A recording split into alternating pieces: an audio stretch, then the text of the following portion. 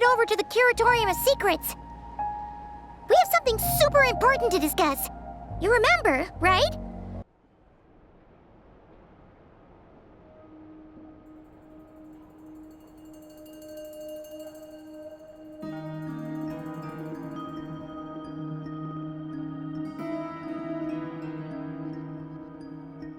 Looks like the gang's all here!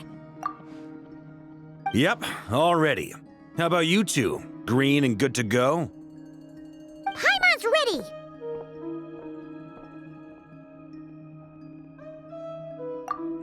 Haha, feeling nervous? Don't blame you. We're all a little out of our depth with this one. Okay, so, some time ago, Columbina was ambushed by the Doctor. It all happened pretty fast, and the last thing you saw was her vanishing into the moon's reflection. Yes, though at the time, all that the rest of us saw was the Doctor using some kind of power. The next moment, Columbina had disappeared, and you were falling into the sea. We have to get Columbina back. And whatever the Doctor's plan is in seizing the Three Moons Authority, we have to stop him before he succeeds. The Frost Moon Scions consider it our duty to rescue the Moon Goddess. I wasn't expecting so many others to come to our aid. So I want you to know that you have our utmost gratitude. Great. Well, first things first. Wait. Someone's here. We heard your footsteps, although... You've been here for a while now. I take it you followed the Traveler, but I don't sense any ill intent in you. Come on.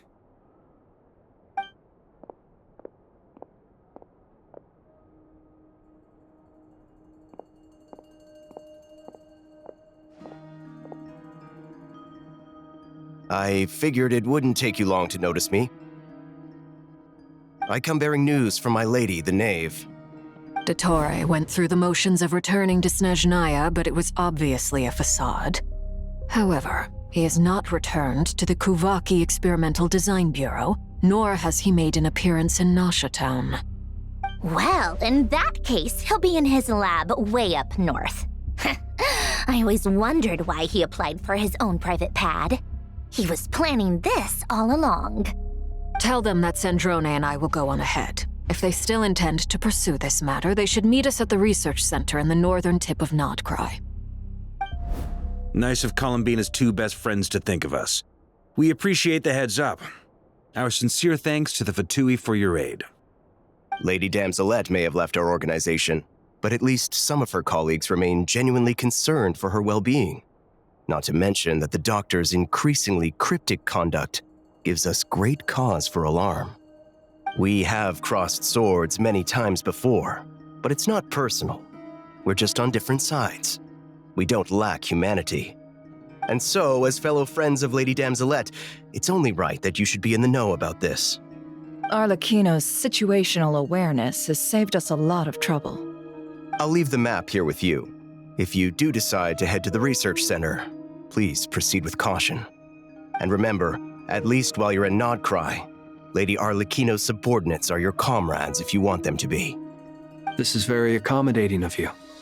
We can't thank you enough. Just doing my duty. I shall take my leave now. If you need us, you'll find us at the Experimental Design Bureau.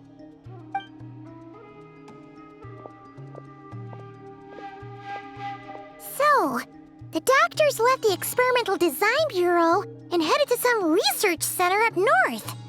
Marionette seems to think he's been planning this for a long time. But when did it start? Before he even arrived in Nodcry? It seems his loyalty to the Tsaritsa is lip service at most. Behind the scenes, he may even be working against her. Whatever his motives, we know that he's decisive and incredibly ruthless. Facing him unprepared would be a recipe for disaster. At this stage, it's difficult to predict his next steps. I suggest we split into two groups. We need some people to stay behind and guard Nasha Town. Well, as much as I'd love to help, infiltrating research labs isn't really my area of expertise. But at least take Cool Your Jet's Ducky with you. It should be some help during the battle. And as for Miss Inefa, I suppose you will stay to protect Miss Aino? Detecting operational logic. Protect Aino. Priority. High. Just in case, Servarka, I think it would be best if you stayed behind as well. You can leave the research center to us. I mean, I would have said the Knight of Berea should probably be out on the front line, but okay, fine. Leave Nasha Town to me. Be careful out there, okay? If things get out of hand, fall back right away. Yehoda will be on hand to assist you. In my absence, she can handle any intel gathering work. You got it, boss. You guys make sure to get back here in one piece, all right? We will. Things are moving fast. We'd better head off soon if we hope to keep pace.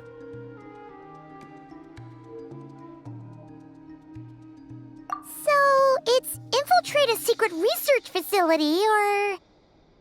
Yeah, alright. Paimon will help out here instead. Sounds like it's gonna be a pretty intense fight. We all have to bring our A game here. So, anything you need to wrap up before we leave?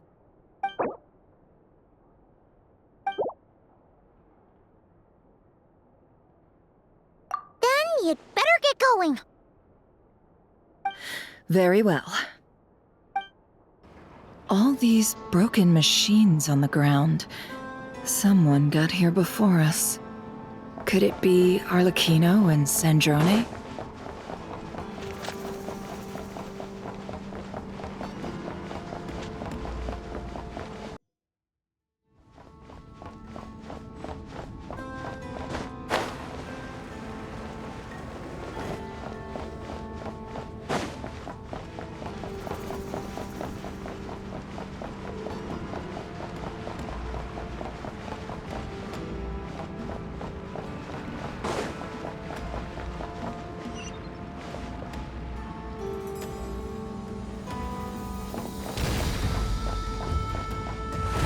That's quite a welcome party.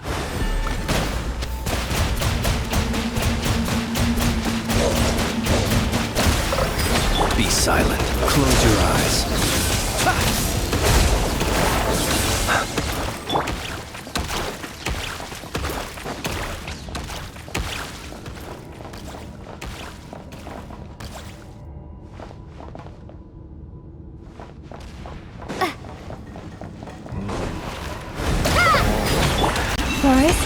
No more lies.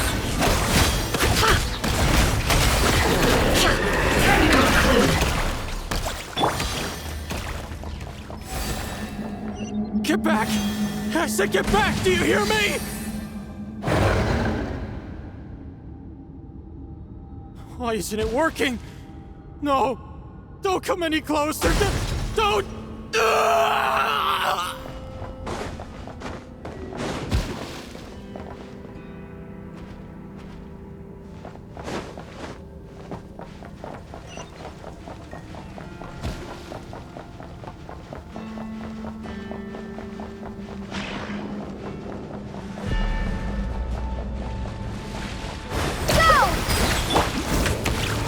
Leave this one. It all adds up. You poor souls. May your spirits find peace. Grab that key on the ground. We'll probably need it at some point.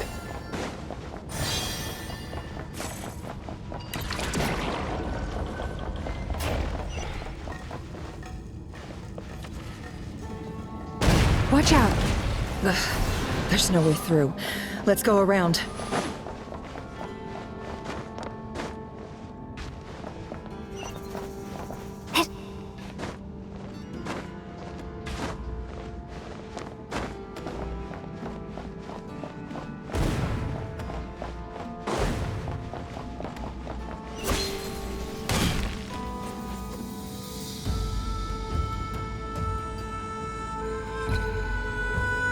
What the? Trespassers? Here? What's wrong with you people? We're looking for the doctor, and we understand he might be here. I see you're fleeing the facility. You looking to settle a score with the doctor? Good luck with that. I don't think you have many chances left. Perhaps. But you might have a chance to live if you start talking.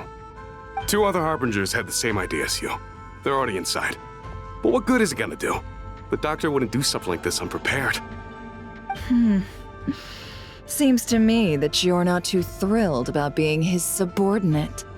Also, is it just me, or do I sense monsters nearby?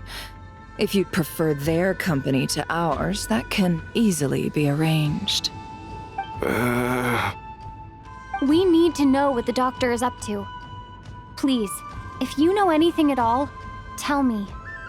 This is about more than us versus the doctor. His actions could have consequences for all of Nodcry. And perhaps even your homeland, Snezhnaya.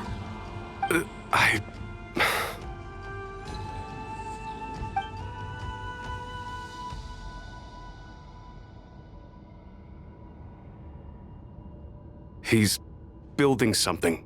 Ambitious doesn't even begin to describe it. Feels like this could be the big one. God knows how long he's been planning it.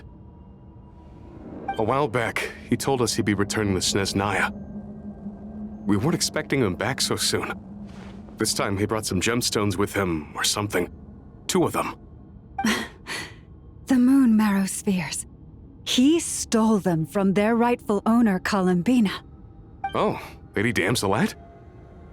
Last I heard, she left the Fatui.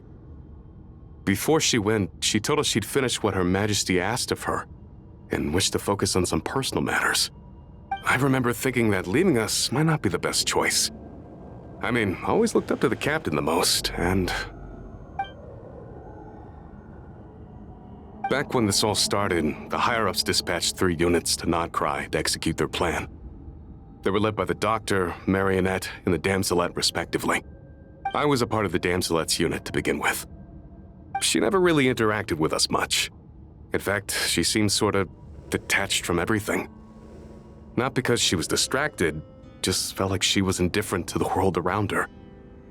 Like she had no stake in anything that happened. She always seemed like she was staring off into the distance. Almost as if she didn't see anything worth living for in the present, so she had to look further afield. That's right. She always used to stare up at the sky. The Doctor used to stand nearby and watch her. Apparently they got along well at first, but somewhere along the way, she grew wary of him, started avoiding him as much as possible. After she left, everyone in our unit merged with the Doctor's. He's similarly indifferent to the world, except when it comes to the moons. He seems to have big plans for them. Right now, obtaining the 3 moons is his #1 priority. He even said, if he can only get his hands on 2 of them, he'll create a 3rd one himself. How would he create an artificial moon marrow? Maybe the knowledge he gained from the Hyperborean phantoms has something to do with it. Thank you for cooperating. We appreciate the level of detail. I get the sense that you'd serve under Columbina again if you had the chance. Would that be fair? No, she's no longer a Harbinger. As a member of the Fatui, my loyalty will always belong to the Tsaritsa. I'm only telling you all this because I don't completely trust the Doctor. His actions do not align with the goals that first brought us to Nodcry. I understand. We'll do everything within our power to stop him. The Knaves unit is based at the Kuvaki Experimental Design Bureau. Maybe you can seek refuge with them.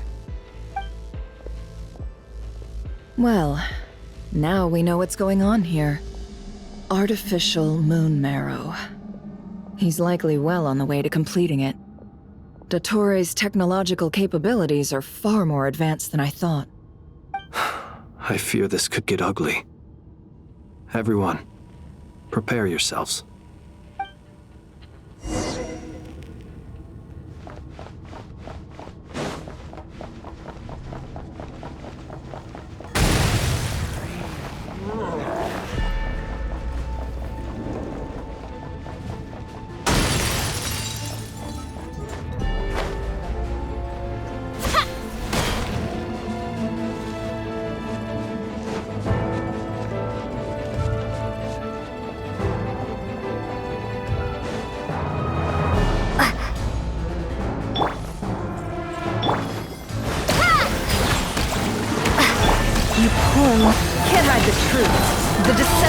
ends here.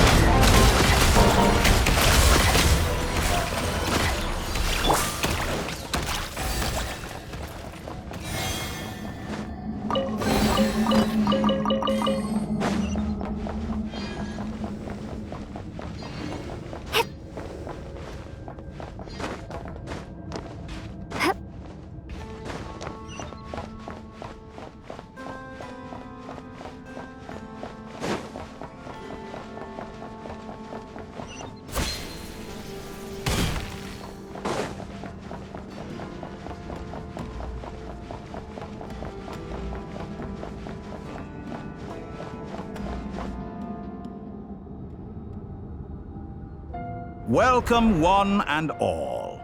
I've been expecting you. I hope my humble research facility is to your liking.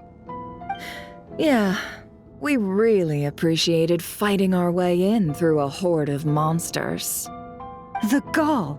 You expect us to believe you've just been patiently waiting for us? Of course I have. Should I be worried about something? Everything seems to be going quite smoothly so far, and you've shown up right on schedule. First Sandrone and Arlecchino, now you. Ah, quite a surfeit of guests I've had today.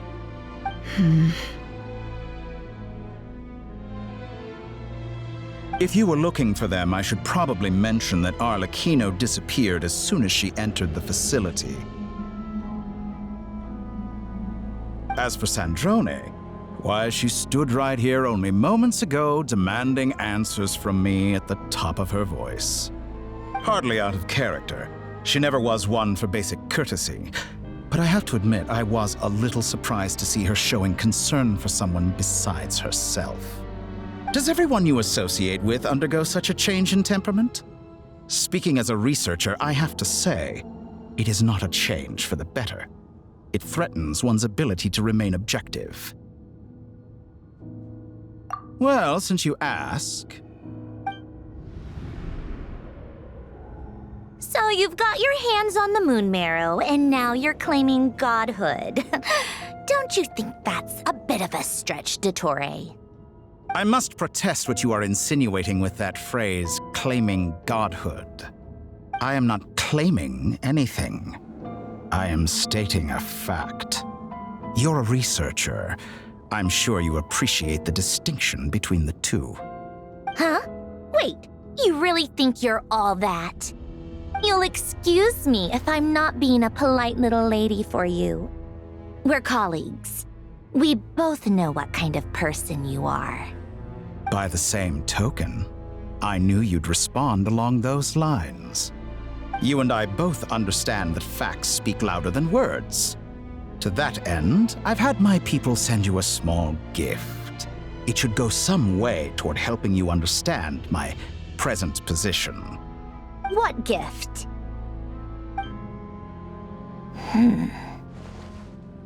Where have all your troops gone? Who knows? Perhaps they are already marching toward a new world, following in the footsteps of an unknown god. As vulgar and arrogant as you may be, dear Sandrone, I have no intention of taking out my displeasure on your subordinates.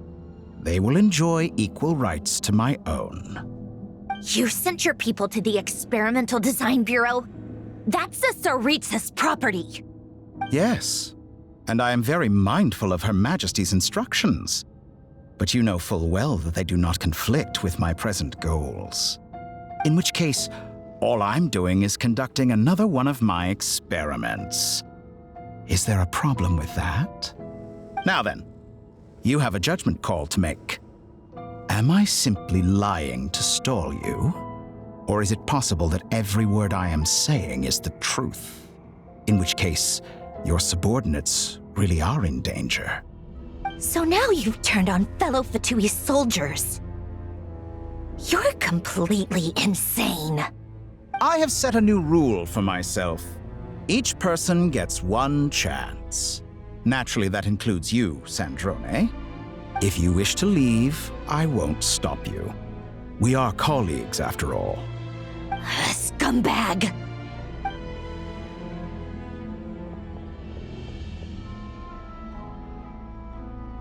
Still, I hadn't counted on Sandrone sparing any thought for the people of this world. Shame. I always found her self-centeredness to be one of her few better qualities. How can she ever hope to achieve greatness when she's so obsessed with protecting her little design bureau? It's more than a little disingenuous to speak of achieving greatness while taking hostages. Or does honor no longer mean anything to you? Honor? I have the marrow of 2 moons in my possession and will soon complete the construction of a 3rd. I will be the god of a new world. And you speak to me of honor? How charmingly naive. Those are sacred relics. You do not deserve them. In my view, many in this world do not deserve to be alive. And yet, I mercifully permit them to go on living, do I not? You'll come to regret your actions. Will I now? Let's see if you can make me.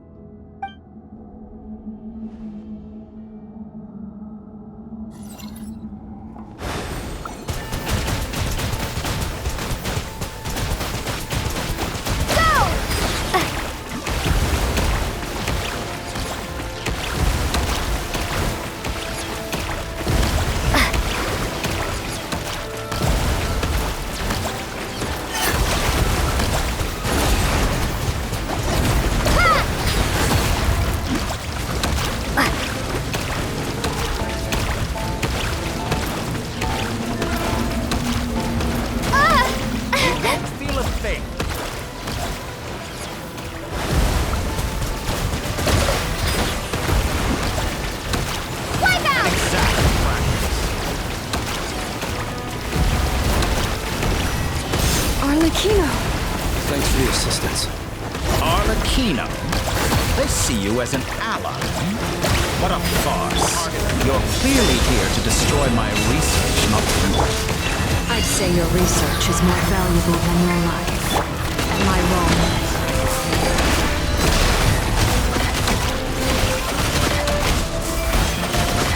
It all adds up.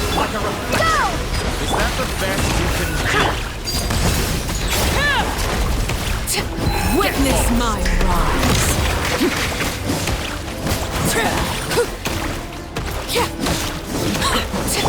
Forest, protector.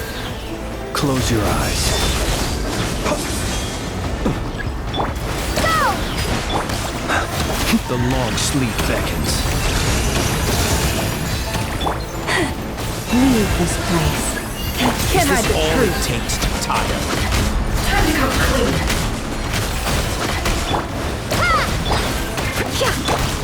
Laid bare. Your actions betray your fears. Get close.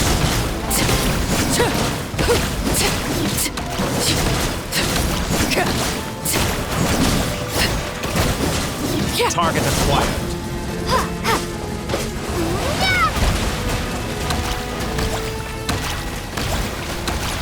How's this?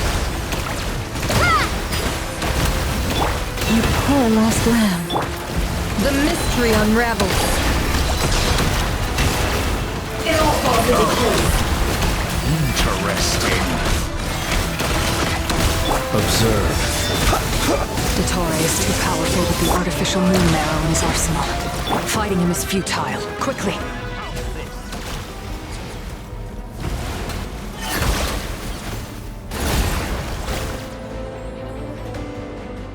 Let's go. I've always thought it is wiser to flee than surrender.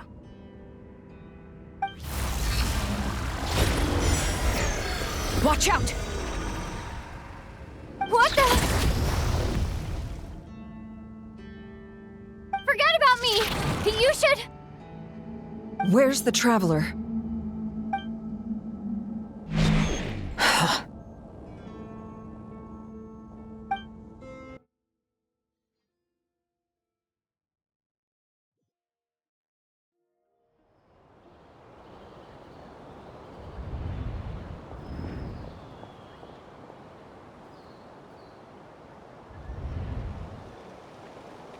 What just happened? Nasha Town? How did I get here? Strange. I remember being trapped by Dottore during the battle, and now, all of a sudden, I'm here. Something weird is going on. I guess I'll start by exploring the area. Traveler? What brings you here at this hour? Huh? What are you in the mood for today? A hot dog? Or something else? We've got some special discounts at the moment. Want to see the menu? Sorry, I'm not hungry right now. Ah. Well, feel free to take a seat for now. Let me know if you change your mind. Everyone seems to be acting normal. Am I just overthinking? Oh, darling, look who it is. One of our regular customers. Get the traveler something to eat, would you, dear? Wait. Why is he talking like that? Well, I'd love to, but can't serve a customer unless they order something. Anyway, I take it your business is wrapped up? Yes, thankfully. It was a long trip, and it's left me feeling pretty exhausted. But the upshot is, I won't have to leave again for a good while. We can have some quality time to ourselves. Wait. These two are a couple? I see some kids around too. I didn't know they had a family. Hey there! I haven't seen you in ages! What's keeping you so busy? I've been looking forward to playing with you again. You forgot already? You're silly. Daddy brought you over to our house recently. We had some snacks together. What is she talking about? We've had a lot of customers over the last few days, so we've been real busy. And like my mom always says, some people are more than just customers. They're friends. Oh, another customer's arrived. I better go see what they want. This is all wrong. I never once heard the owner of this restaurant talk about their family. It certainly isn't a family-run business. And that child, I don't recognize her at all. Could this be a false memory? Very good. I knew you had it in you. Aren't you going to try the house special? When did he show up? No, none of this is real. You don't seem to like it here. That's fine. We can change venues.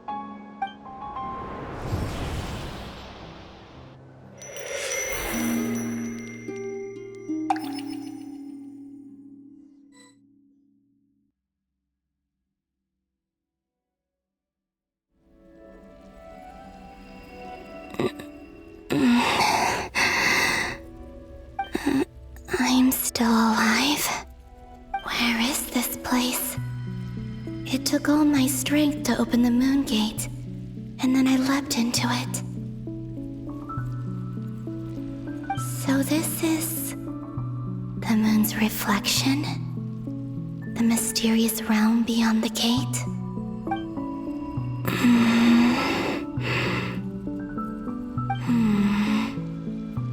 I can't sense anything. I guess I could try opening the gate once more.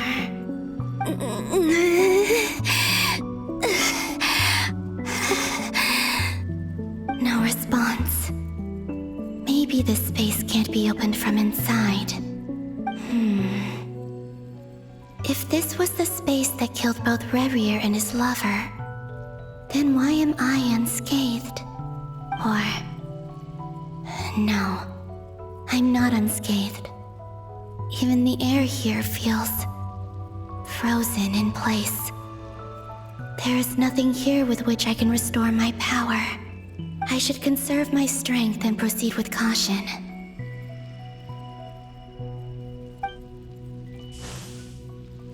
I don't believe Dottori's scheming will stop just because I escaped. If there is any chance that I can get back to the others, any chance at all, I must return.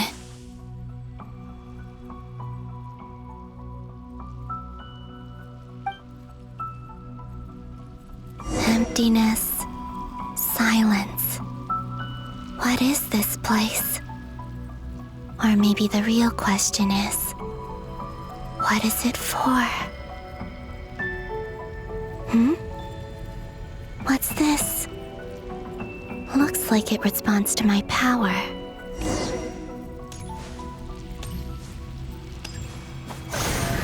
Golden. Like Kuvaki. Is it some sort of guide? And why does it feel so familiar? I might as well follow it.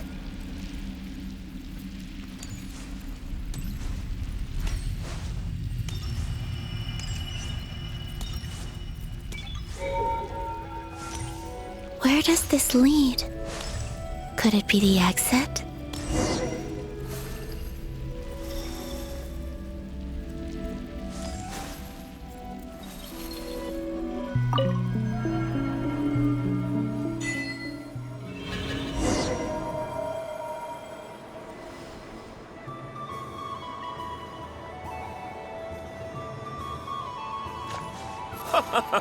Welcome home, Moon Goddess.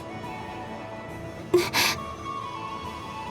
this Nasha Town? But isn't Moon Prayer Night over already?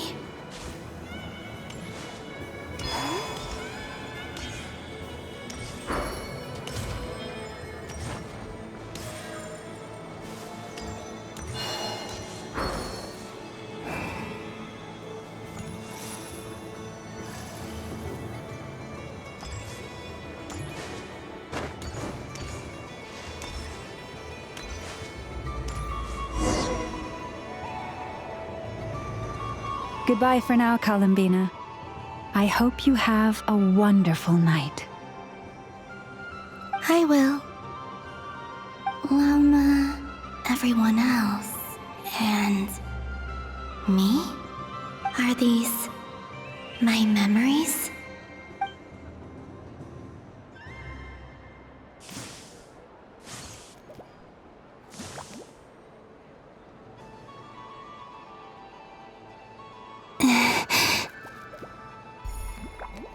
I can't touch them. It's as if we're separated by some impenetrable power.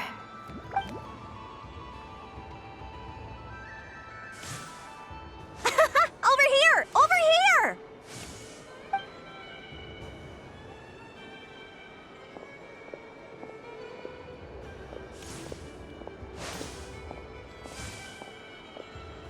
But the people in these memories pass right through me. Just like when I disappeared. If only I had known what would come to pass after that.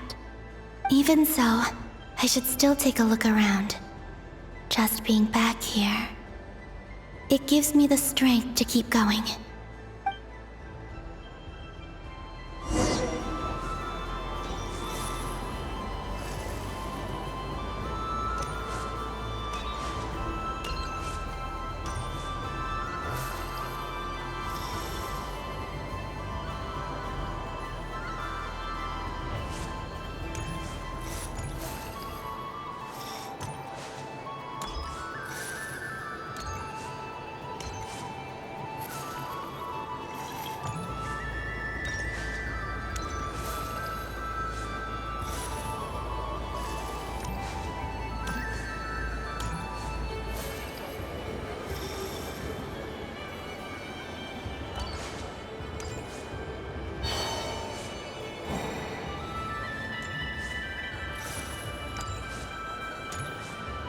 Welcome home, Moon Goddess.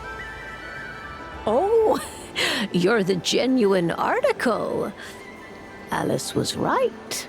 This Moon Prayer Night was worth watching after all. Oh, yes. That was the fortune-telling stall run by Barbaloth from the Hexen Circle.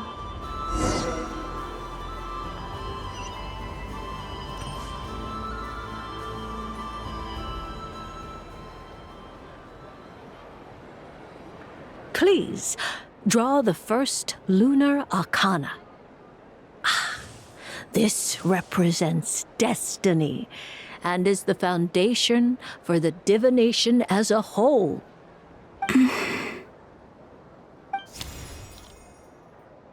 My destiny. I believe the card I drew was the moon. Now that I think about it, Barbeloth's divination was absolutely right. It's almost time to draw the last card. The one that represents the future.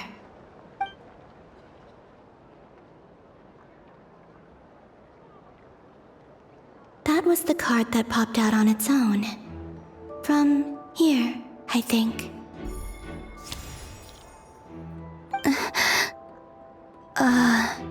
Kuvaki Pulse?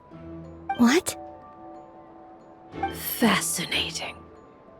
I've never encountered this before in my role as a diviner. What's going on? Did that card leave the deck? Because of my influence? All I did was try to touch it, and then... Maybe this memory space is not untouchable after all. Are there weak points in the barrier? Or... is it possible that there's more to this space than my memories alone? This card is death. I need to get to the bottom of this. I'll try touching something else.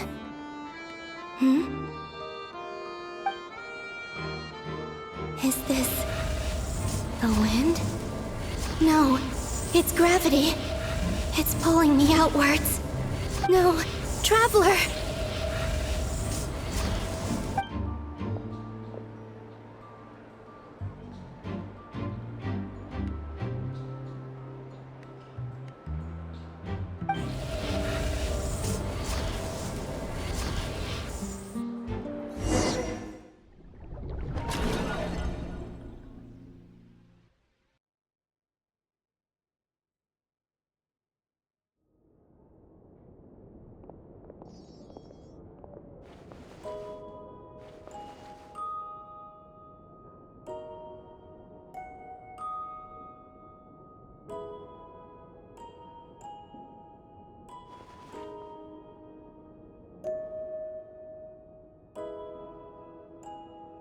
Paimon, listen to me. From the bottom of our hearts, we are so sorry. We completely understand how you must feel. The Traveler is trapped, and we all feel responsible for it. Don't say that! Paimon's not a little kid! You didn't leave her behind on purpose! There was nothing you could do!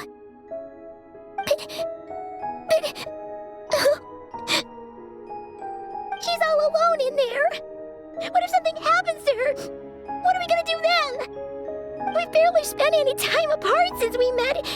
Is she gonna die? We must find a way to rescue her. We were all involved in the operation where she was captured, and we do not abandon our comrades. That being said, it won't be easy. Through conversation with the others on our return, we've arrived at a basic idea of what we're up against. Dottore's lab has clearly been in operation for a lot longer than we realized. We found many monster samples stored there. In all likelihood, they were materials he used to research his latest technology. We also know that through his contact with the phantoms of Hyperborea, he gained knowledge about the moons and certain Hyperborean technologies.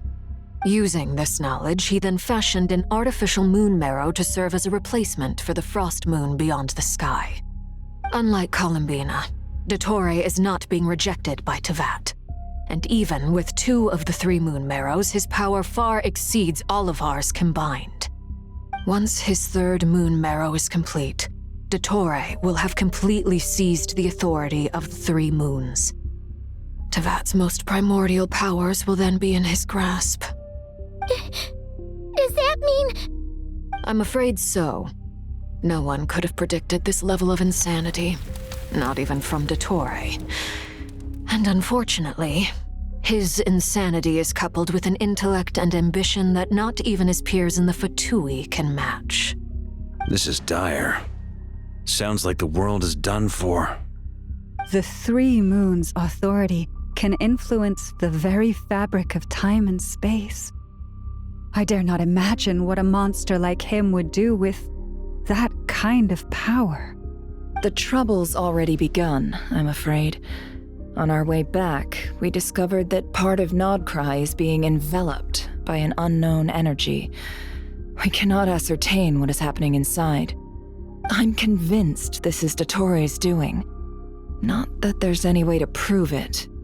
The issue is, we have no idea what his intentions are.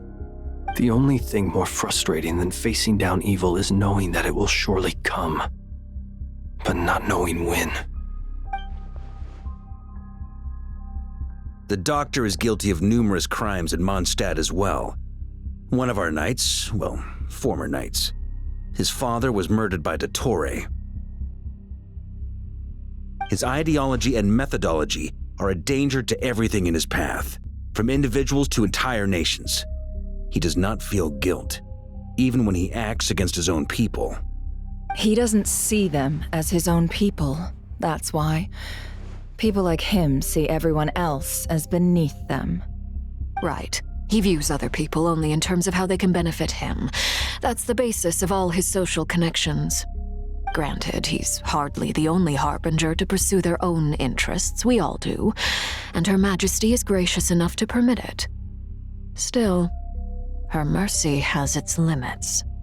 Dottore's actions have gone beyond even what the Fatui could have imagined. Usurping divine authority to become a god. For a servant of the Tsaritsa, that goes beyond being disloyal. It's treason of the highest order.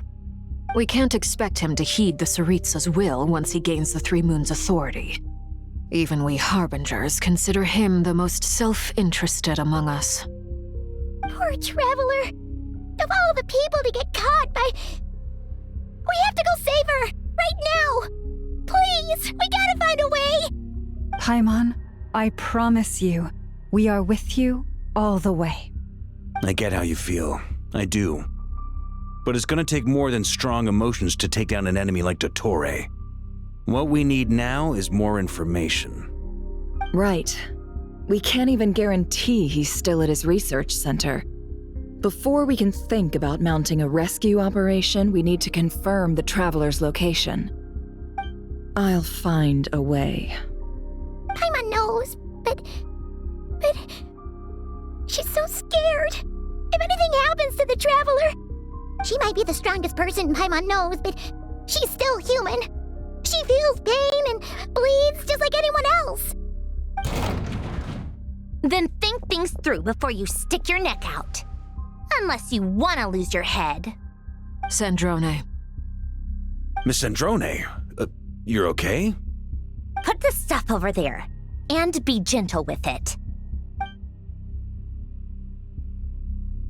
Am I okay? As you can see, I've had to move my whole livelihood out of the Experimental Design Bureau. It's been swallowed up by Dottore's energy field.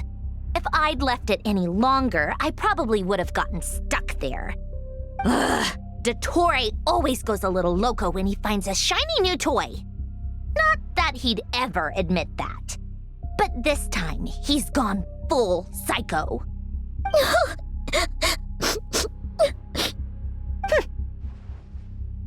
Just go ahead and cry already. Sorry. Paimon's not trying to make it seem. It's just... She can't. Oh, Paimon. Let it all out. There's no shame in it. When you're overwhelmed by fear and despair, crying can help get it out of your system. You'll feel better for it. Okay then, while the baby of the group is having a moment, how about the grown-ups get to work? Give me your hand. You've made a discovery? Colonia, scan.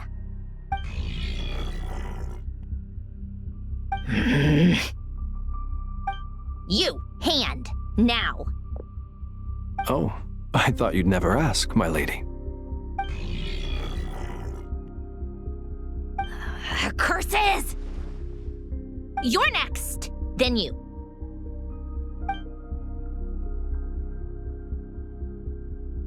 Dottore, you son of a... He's done something to us! Everyone who entered his research center has been implanted with some sort of curse.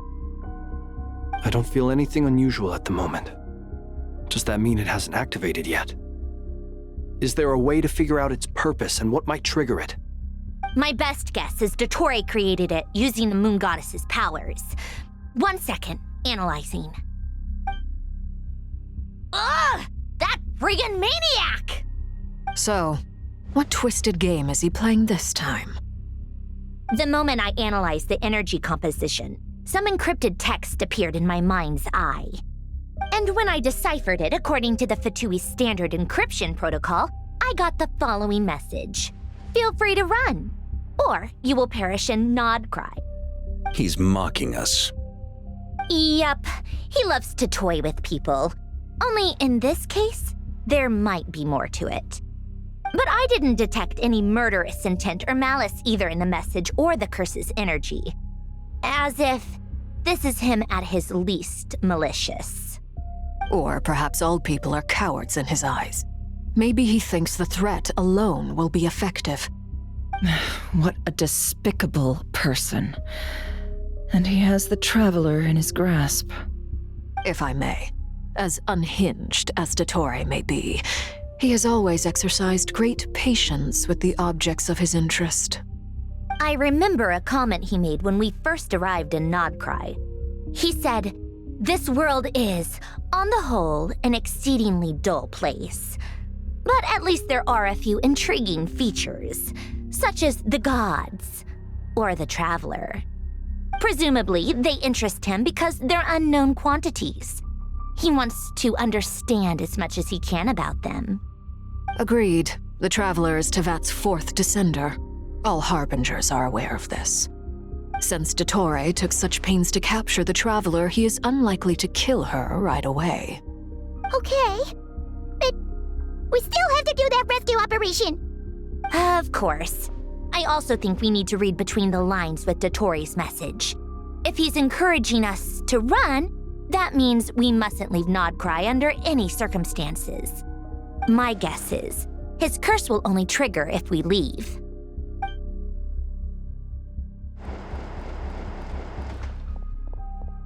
We've discovered multiple energy fields.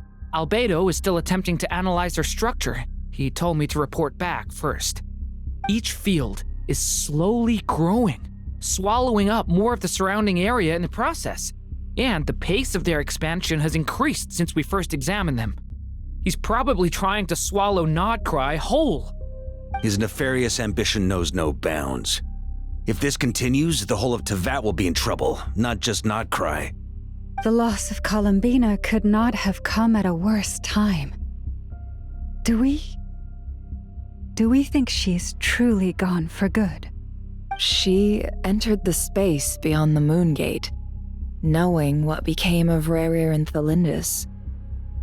I'm sorry, but I fear the odds aren't good. Don't be ridiculous.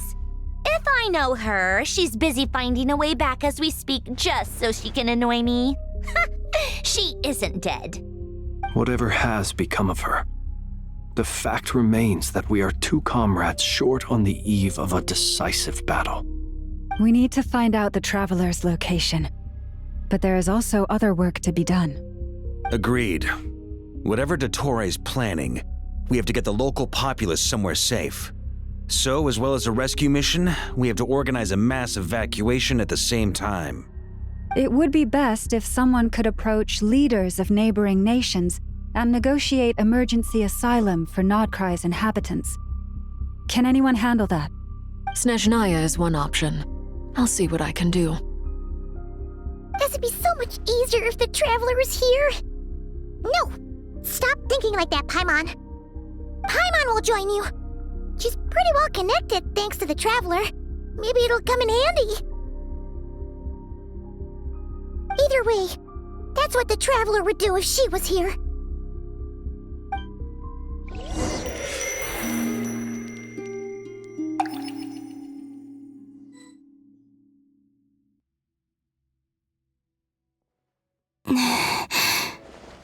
Back here again. That gravitational force that pulled me back. Is this where it came from?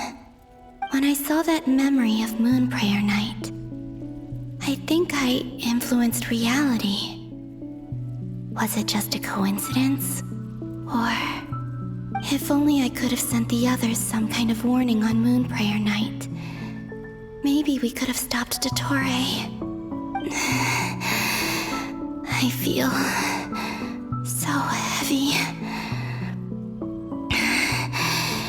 Does entering that space consume a lot of energy? Well, even so, I have to keep moving forward. Back to emptiness and silence again. I should try and find my way back inside that memory.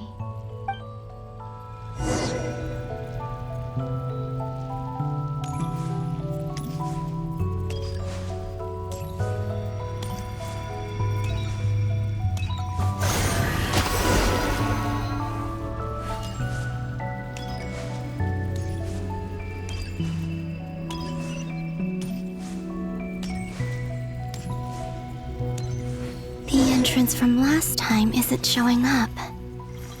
What am I missing? Looks like I need to gather these scattered fragments.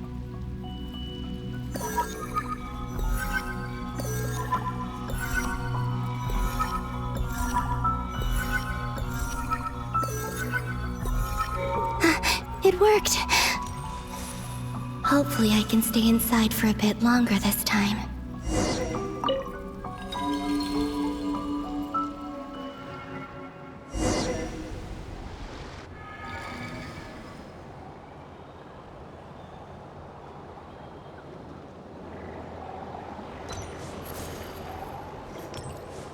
Ad Astra Abyssosque. Welcome to the Adventurers Guild. What? This doesn't look like Moon Prayer Night.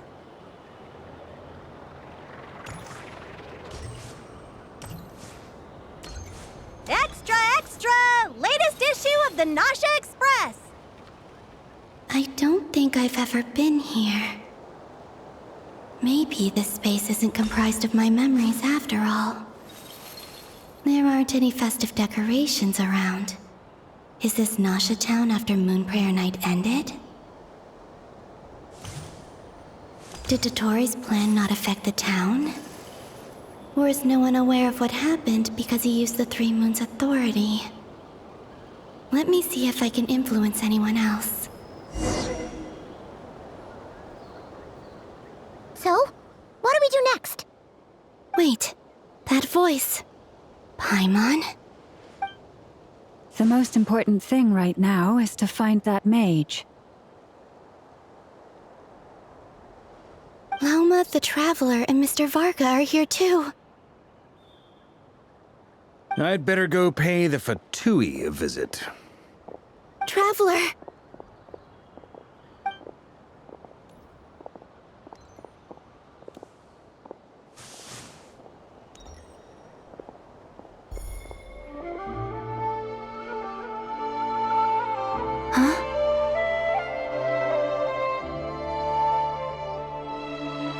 Columbina? I made contact. It's me, Columbina. Huh?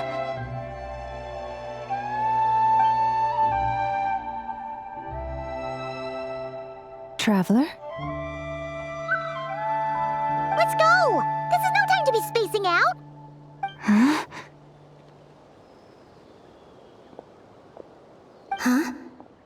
Wait a moment. This has happened before. Huh? This is what happened when I disappeared. I stood right over there, thinking that no one would ever find me again. It was only when she called my name that I decided to follow them. But did she turn around because she sensed my touch just now? Is it really possible that from in here, I can change the past? If I keep following them, maybe... Huh? It's that gravity again.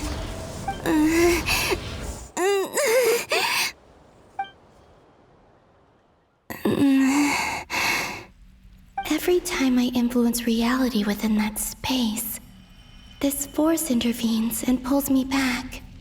It's as if It's trying to stop me from leaving.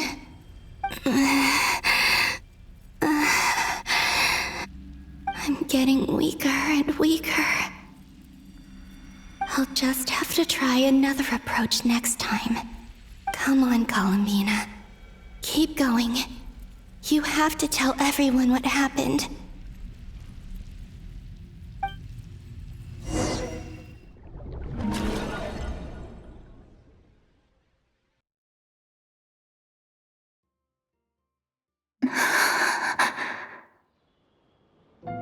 Suddenly, I've been plunged into darkness, alone. It feels strange, as if something has grabbed hold of me. Is Dottore now powerful enough to interfere with space itself? Look at you, standing so still in total silence. I almost didn't recognize you.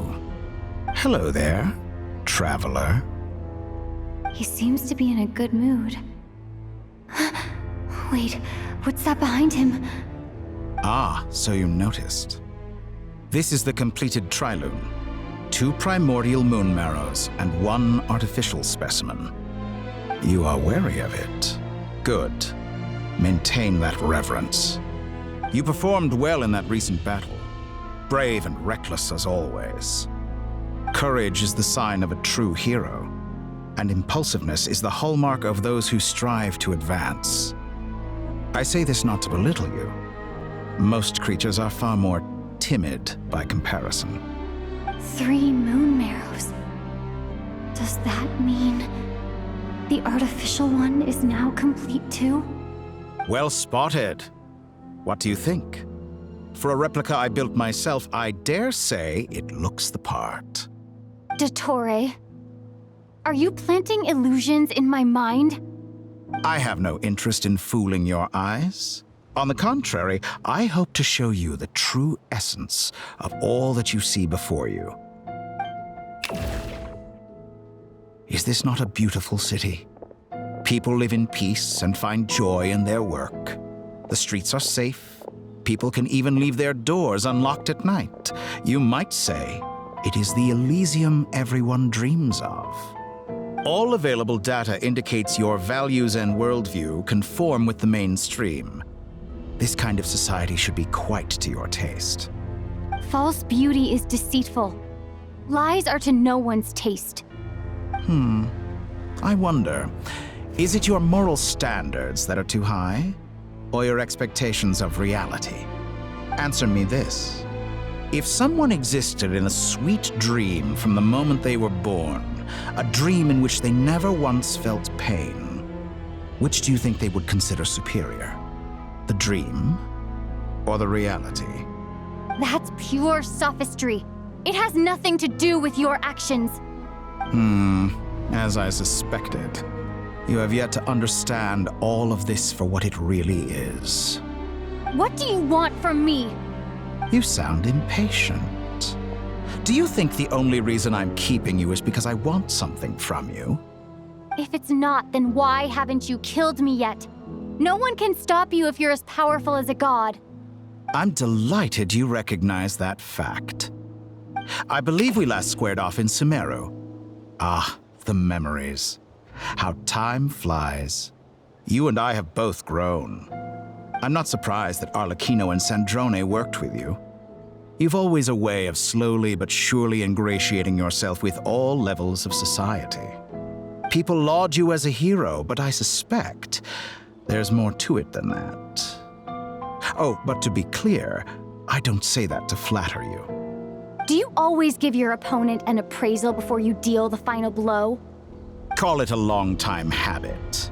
I'm a researcher, and one of my duties is to give an objective assessment of my subjects. But you misunderstand. We are not opponents. Not at this moment. I just want to talk. Think back to Tartaglia, Arlecchino, Capitano, Columbina, and now even Sandrone.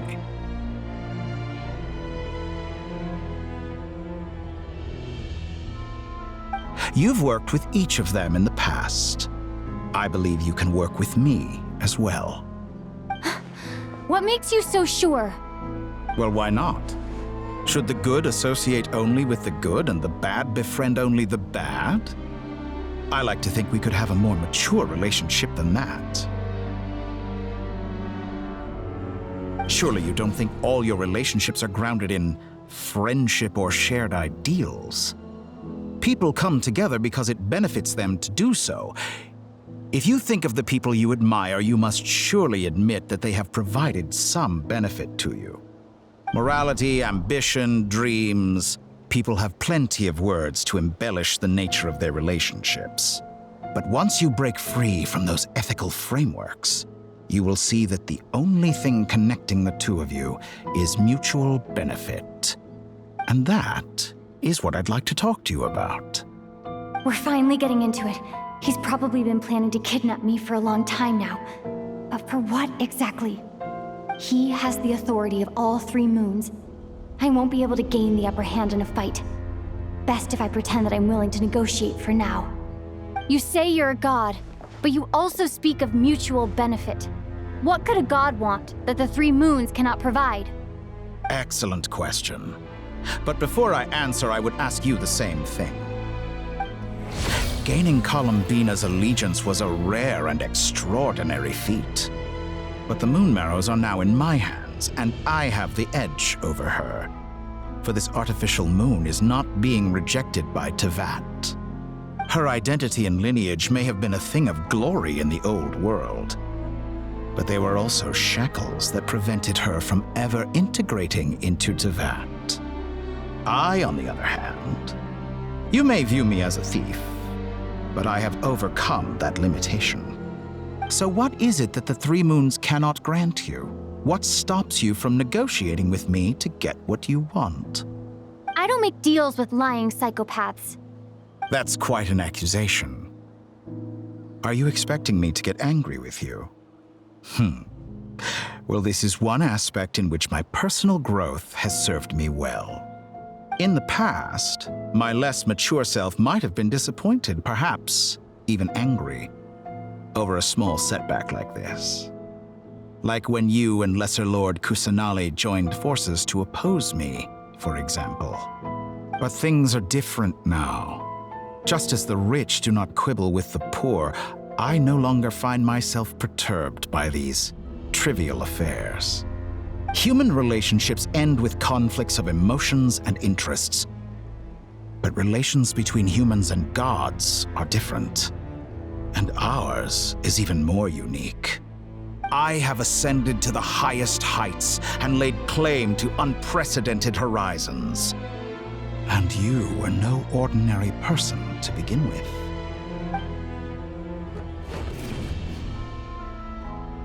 Allow me to show you the world, Descender.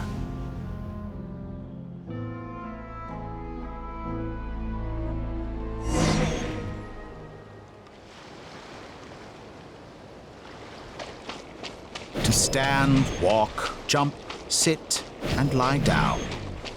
These are the most common of behaviors. Have you ever wondered why we were born following such laws? Who stipulated that we could not fly instead of walk?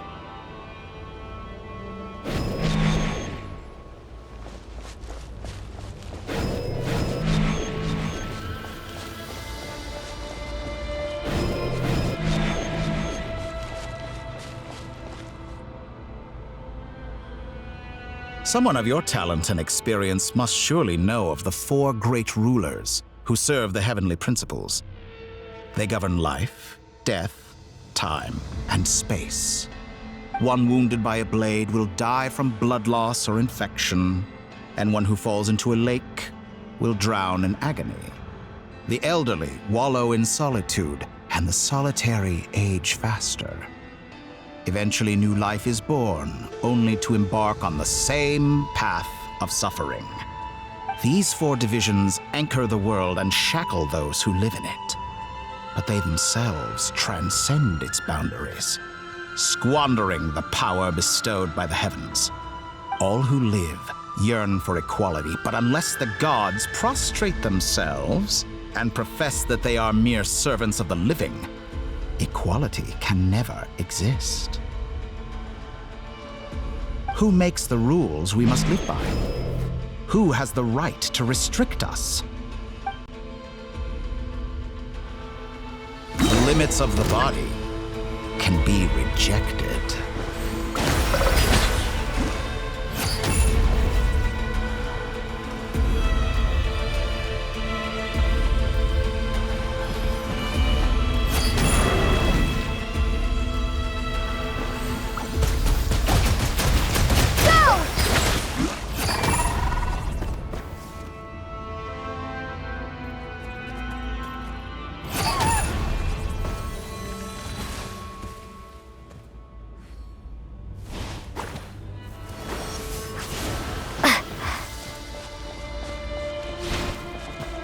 How does it feel to be among those with absolute power?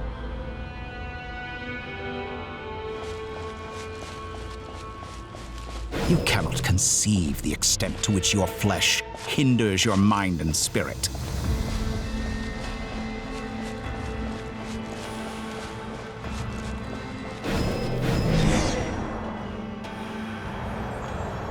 Only by discarding our useless, primitive eyes can we perceive a new world.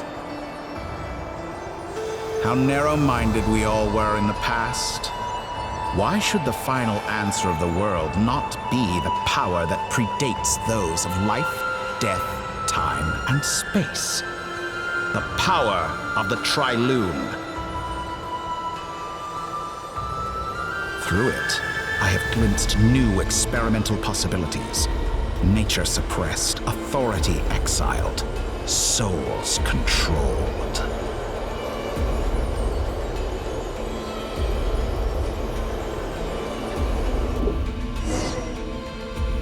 You know, I heard recently that a group of critics reviewed countless stories and drew an interesting conclusion. They found that it is more often than not the villains who strive tirelessly to push the boundaries of progress. In fact, long before this, someone voiced a similar idea in an academia editorial. I felt a great affinity with this perspective. I have never been afraid to step up and play the role of the villain. Fanatics are trampled down for their transgressions, and those who transcend are rebuked for their audacity. And so, the majority of creatures are too timid to follow my lead. But all sacrifices made during my experiments have been worthwhile, as you can now see. I can offer you something new, something unique, precisely because I am a villain.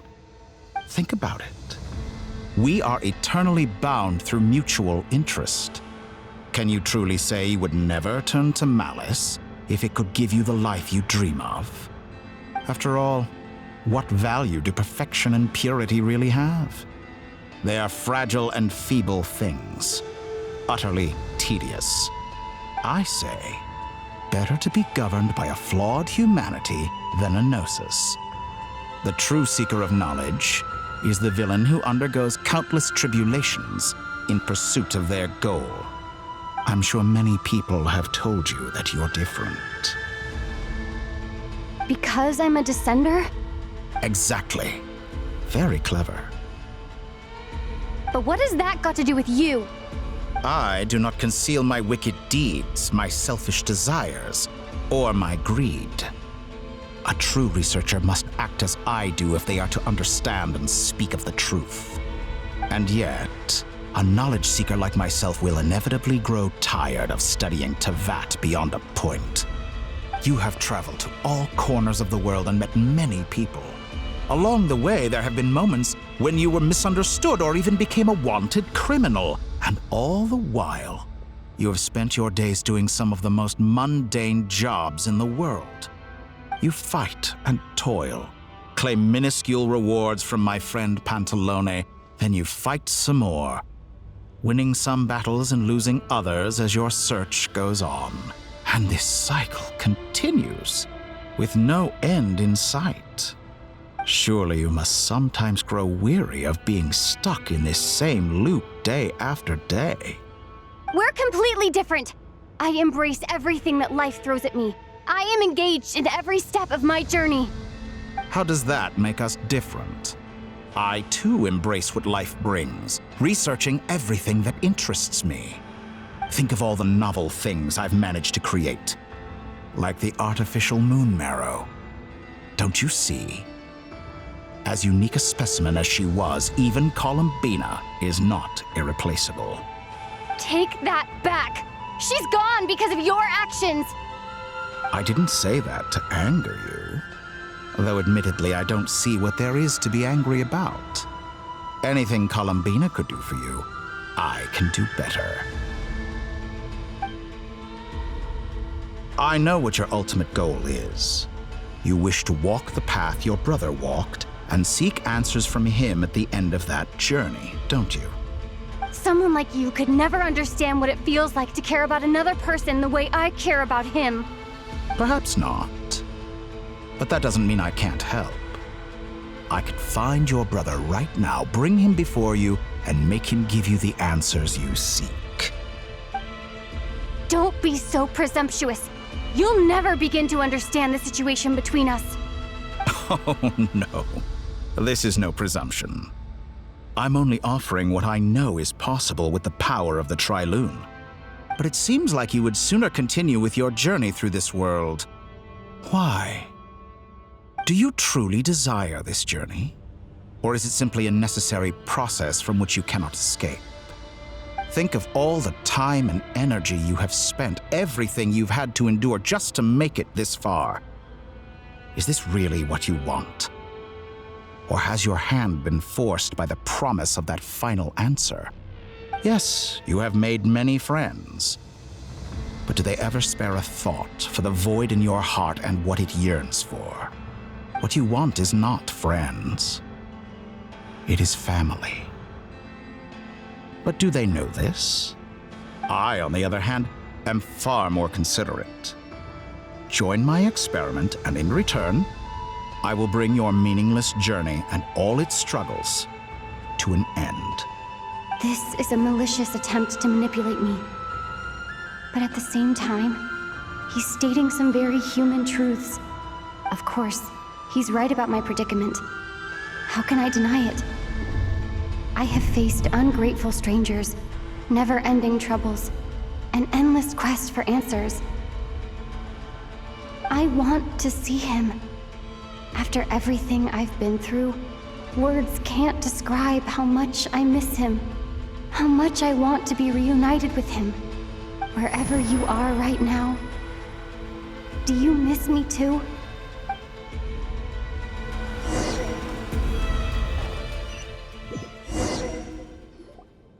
All right, everyone. Our next mission is clear. We need to contact all the major organizations, explain the situation to the public, and then begin the evacuation. The residents of Not Cry are quite dispersed. The two most populated areas are the Southern Isles and Pyramida. Miss Lauma, I will leave Hisi Island and Nasha Town in your hands. I will liaise with the Fatui and Pyramida. Agreed. We will reach out to Natlan and Snezhnaya. Anyone found north of the Experimental Design Bureau should follow the Fatui to Snezhnaya. As for those dwelling south of that line, I will ask the Voynich Guild to help persuade them to leave. Then I, Mr. Varka, and the Frostmoon Scions will escort them to Natlan. The Voynich Guild has dealings with the Curatorium of Secrets. I will send them a letter vouching for your credibility. Yehoda, you should help Lauma. This is too big of a task for one person. My wish has come true. You're willingly lending me your most capable employee for the day. Well, good for you if all this only takes a day. Of course, if it takes any longer, I'll be charging a fee. Boss, wait! Don't I get a say in this? Oh, I'm sorry. Something to add, Yehoda? Well, no one's more important to me than you, boss. And remember how Lauma healed your eyes after that big battle? I think that's worth at least 2 or 3 days' work for the Frostmoon Scions. Are you completely incapable of acting in your own self-interest? Or do you simply devalue your own labor? Are you sure you don't want to come with us? Who will see to our other work if we're all busy evacuating residents? Sandrone insists that Columbina is still alive, and we have a traveler to rescue. There's much to be done. But boss, I'm just worried that... Well, Nefer, I'll link up with you once my tasks are complete. What makes you think I'd need you to do that?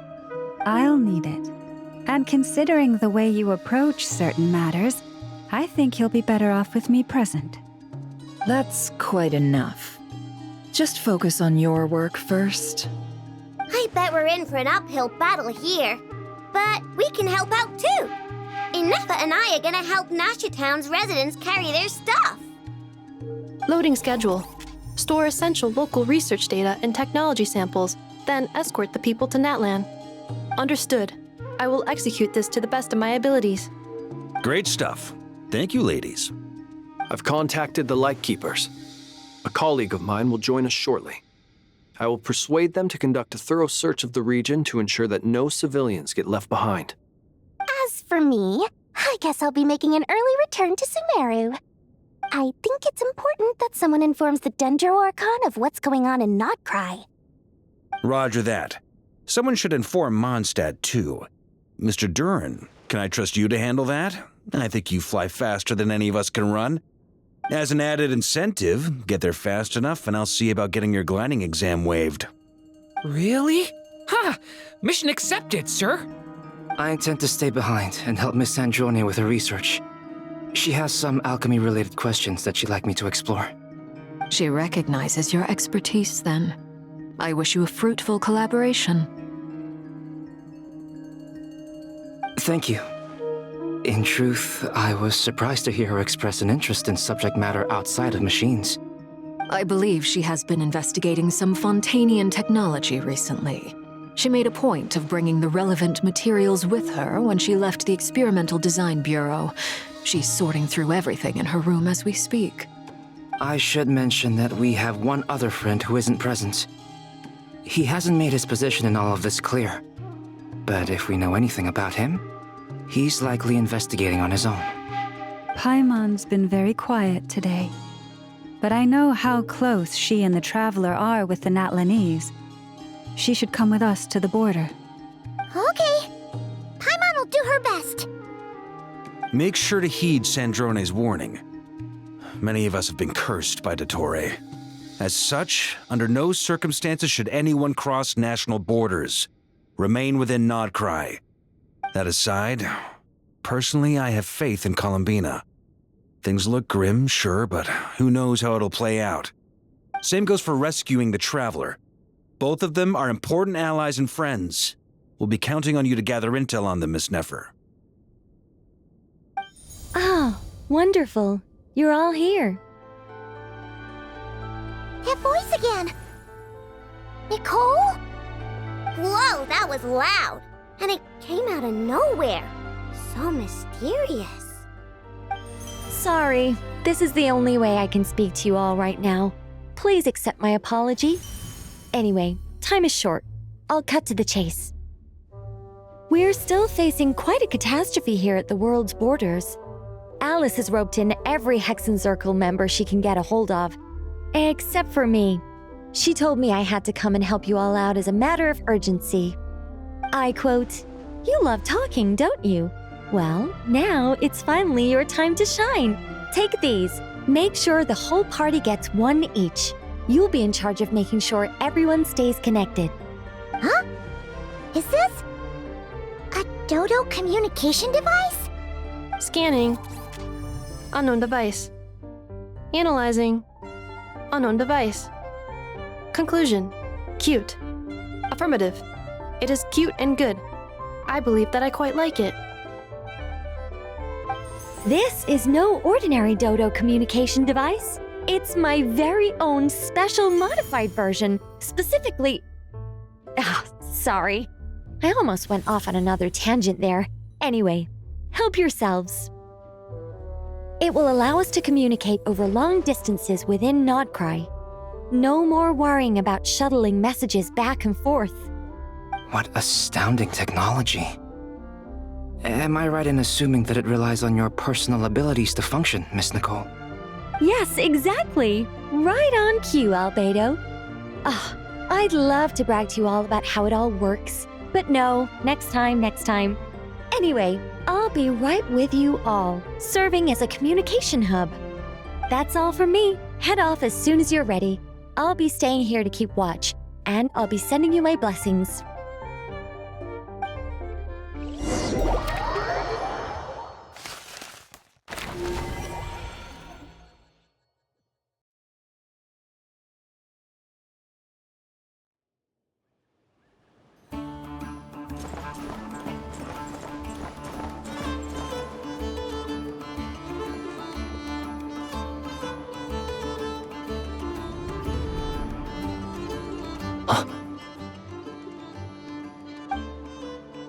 Sir Flint.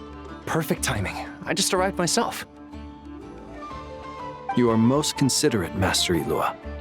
But in fact, I know you have been sitting here for quite some time. If you saw me, why didn't you say something? I was curious to see how long you could sit still for. Also, shouldn't you have managed to sense me approaching? That would be a first. You always seem to appear out of thin air without making a peep. Also, how many times do I have to tell you not to address me as master? I don't qualify. I beg to differ. Why should a young man so well versed in social graces as yourself not be worthy of that title? Please, Lord Flint's. Sir Flint's. I'm begging you, don't flatter me into complacency like you do with everyone else. You understand me better than most. My newest acquaintances tell me I love complimenting others. What do you think? I think they don't understand why you do it. You just love puffing people up till they're a big, happy ball of hot air that floats away into the sky. In all sincerity, I can only hope that they bring good tidings when they come back down to Earth. Is the situation that bad? We just held a strategy meeting. Let me fill you in.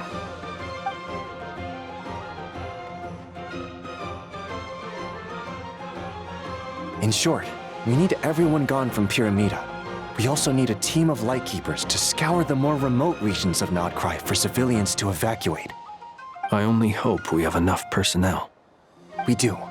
Old Man Nikita will definitely help, and we can recall anyone out on patrol to focus on this instead. Good. I'm sure you and the others will make short work of this. Now, don't forget, once you've completed this task, make sure you and the rest of the team evacuate to either Snezhnaya or Natlan as well. Flint? If you've got something to say, Master Ilua, why not guess what I'm thinking right now? You mentioned that you have something else to deal with later. How difficult is it going to be? I doubt it will be easy. I know you're a Lightkeeper, and it's your duty to protect others in times of crisis. But I have a feeling that you'll be walking into grave danger. However bad things have gotten in the past, Nodcry has never faced a mass evacuation before. But from the sounds of it, you don't intend to come with us. I don't mean to pry, and it's probably none of my business. But whatever it is you're intending, you don't have to go through with it, you know. I've been afflicted with some sort of curse, and I'm told it may well trigger if I set foot outside of Nodcry. As such, I cannot leave. I have to act, if for no other reason than to fight this curse. What? No. Why? Why would anyone want to curse you? There are plenty of people out there willing to trample over others in pursuit of their own goals. Frankly, Sir Flint, I am furious. You're making light of what is an incredibly serious situation. Indeed I am. And? And what? I told you I'm furious about this. Nothing I can do about it. I'm afraid. Things happen, and we just have to deal with them. If you find yourself feeling angry, perhaps start by drinking a big glass of water. Hey, you mean you're completely unmoved by my anger? I'm devastated. Then allow me to express my sincerest regret. Come by the lighthouse sometime.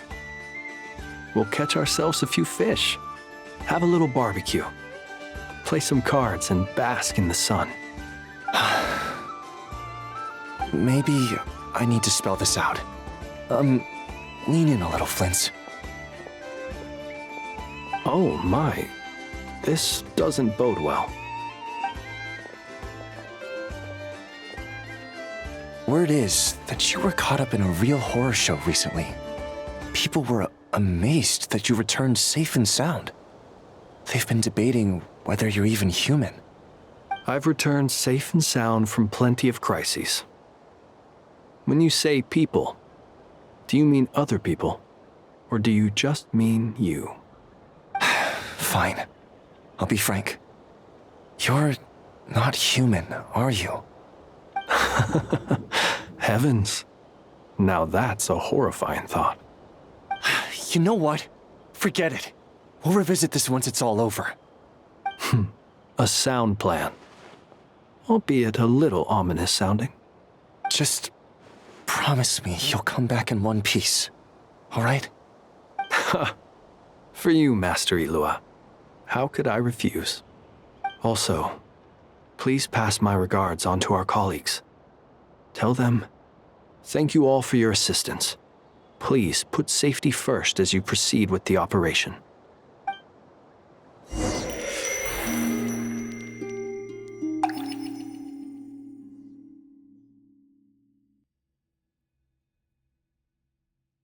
I have to keep searching for a path toward reality.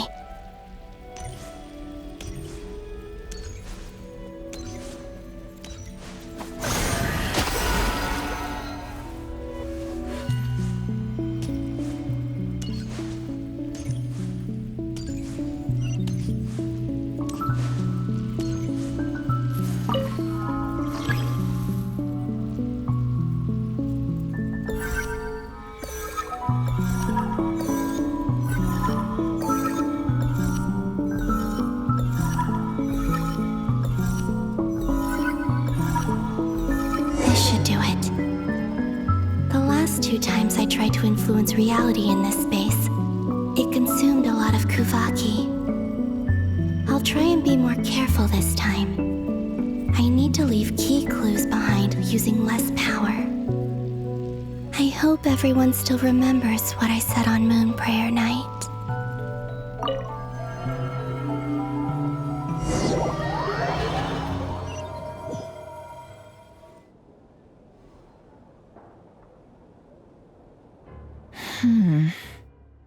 Nothing here either.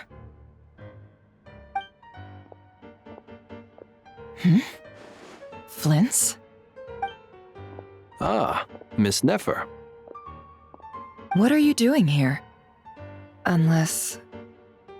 I just spoke with Ilua about arrangements for the search and came for a walk nearby. As for you, why would... It appears we think along similar lines. And neither of us likes to accept things at face value. As well as figuring out how to gather intel on the Traveler, I wanted to confirm some of my own suspicions. Also, we'll need to bring a lot of force to bear against Ettore, even if we're only looking to rescue the Traveler. We can't leave anything to chance. You don't think Columbina perished either, do you? I'm merely considering the possibility that she survived, just as you are. How much can we really know about a deity like her anyway? Do you remember what she said on Moon Prayer Night? About using moonlight to send messages to us? Of course. I think that's why we're both here. Where have you checked so far? I've been focusing on the outdoors. Anywhere the moonlight shines. I checked most of Nasha Town, but didn't find anything. I checked the Curatorium of Secrets, and a few rooms where I thought I might find some leads. But no luck here either. The only places I haven't looked yet are the rooms in the flagship. But process of elimination isn't the only thing that brought me here. Oh, really? What's your other reason? After all that build-up, our mystery ally never showed up even once!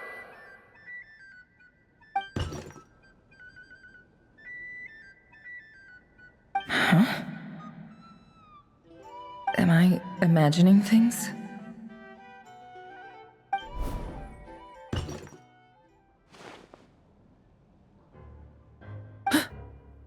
Come on, let's see what's going on. Oh no. I knocked over a vase as soon as I came in. It must have been caused by a Kuvaki fluctuation when I entered the space. Although, it seems like I'm not about to be pulled away this time. It looks like as long as I'm careful with my actions, it doesn't count as influencing reality. Anyway, is this the flagship? The Traveler mentioned that's where she was staying. I only went into the lobby last time, so I've never actually been here before. How does this space work? If nothing else, I can now be sure that it is not simply memory. She mentioned where her room was.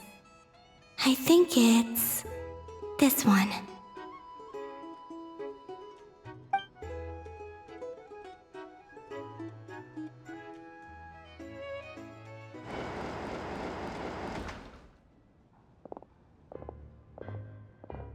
The door is closed.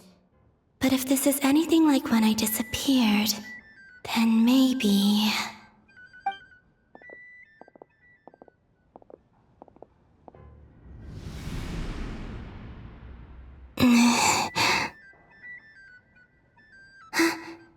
I'm in. She and Paimon aren't here at the moment. I hope she's okay. I wonder what happened to her after that battle with Dottore. Best not to dwell on that for now. I need to try and leave them some clues.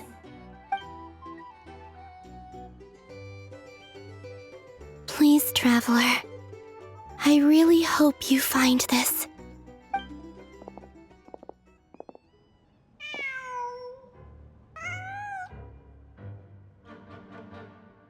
Huh. Just a cat. Nothing else here strikes me as noteworthy. Didn't you stay here for a couple of nights once? Before Rerir showed himself, yes. It's also where the Traveler and I first met. Did you notice anything unusual during your stay? I remember thinking how much noisier the flagship is at night compared to the graveyard. Other than that, no. The Traveler and Paimon were most congenial neighbors. This is where they've been staying, yes? Over here? That's right. I wouldn't usually condone breaking and entering, but we can make it up to them later. Focus now. I have to write a message on the wall using Kuvaki, just like I said on Moon Prayer Night. Simply open your windows on nights when the moon shines bright, and the moonlight will naturally flow towards the words I have written. Here goes. I'll need to carefully control my strength.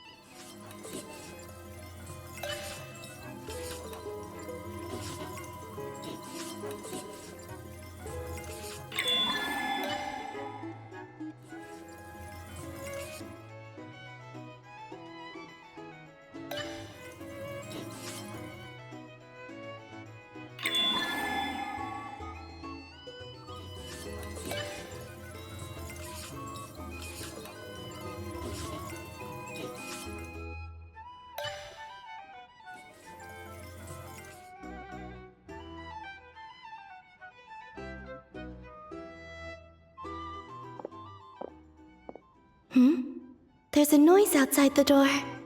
Is she back?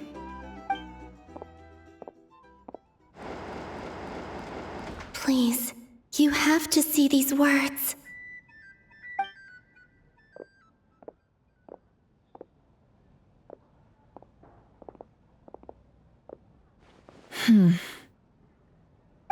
Well, do you sense anything? Unfortunately, no. And this place was our last chance. Not necessarily. We've only looked in Nasha Town so far. Miss Columbina said she would leave messages at her friends' dwellings. It's still worth checking where Miss Lauma lives and where I live. Let's try and make some time to look into those then. Wait. What are you waiting for? Paimon might have overeaten slightly. What's that look for?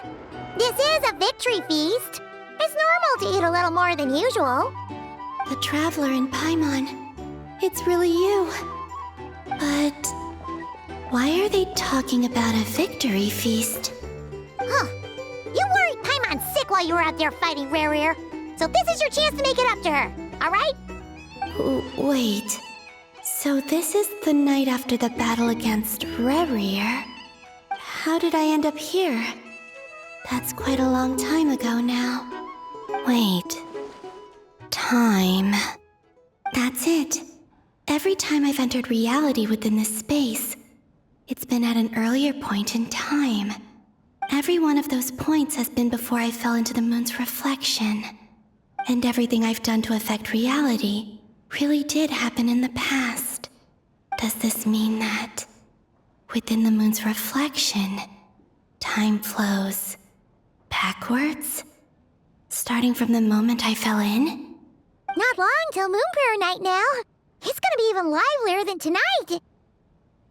Although, it's gonna be sad saying goodbye to the damselette.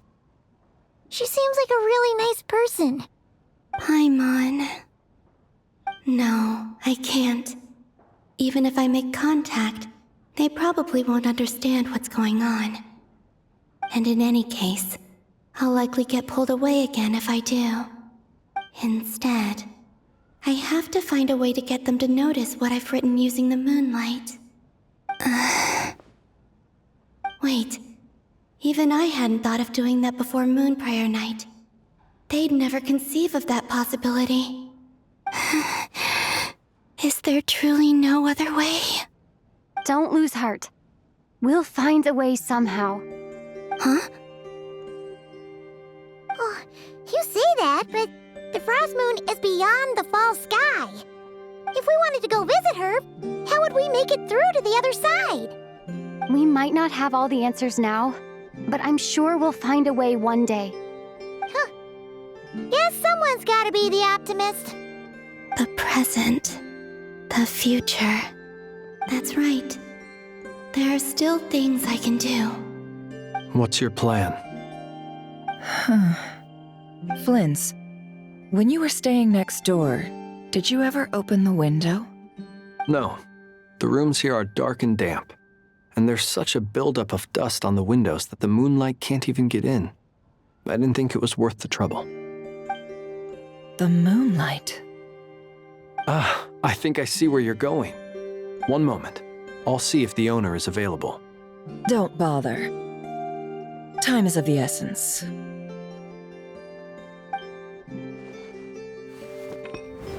Time. Even if no one sees what I've written at this moment, maybe someone will remember what I said after Moon Prayer Night. I need to write down as much information as I can. And maybe one day...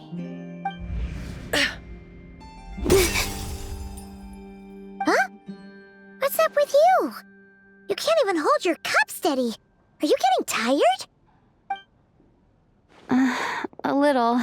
Well, you should probably hit the hay then. You've had a really tough couple of days for you.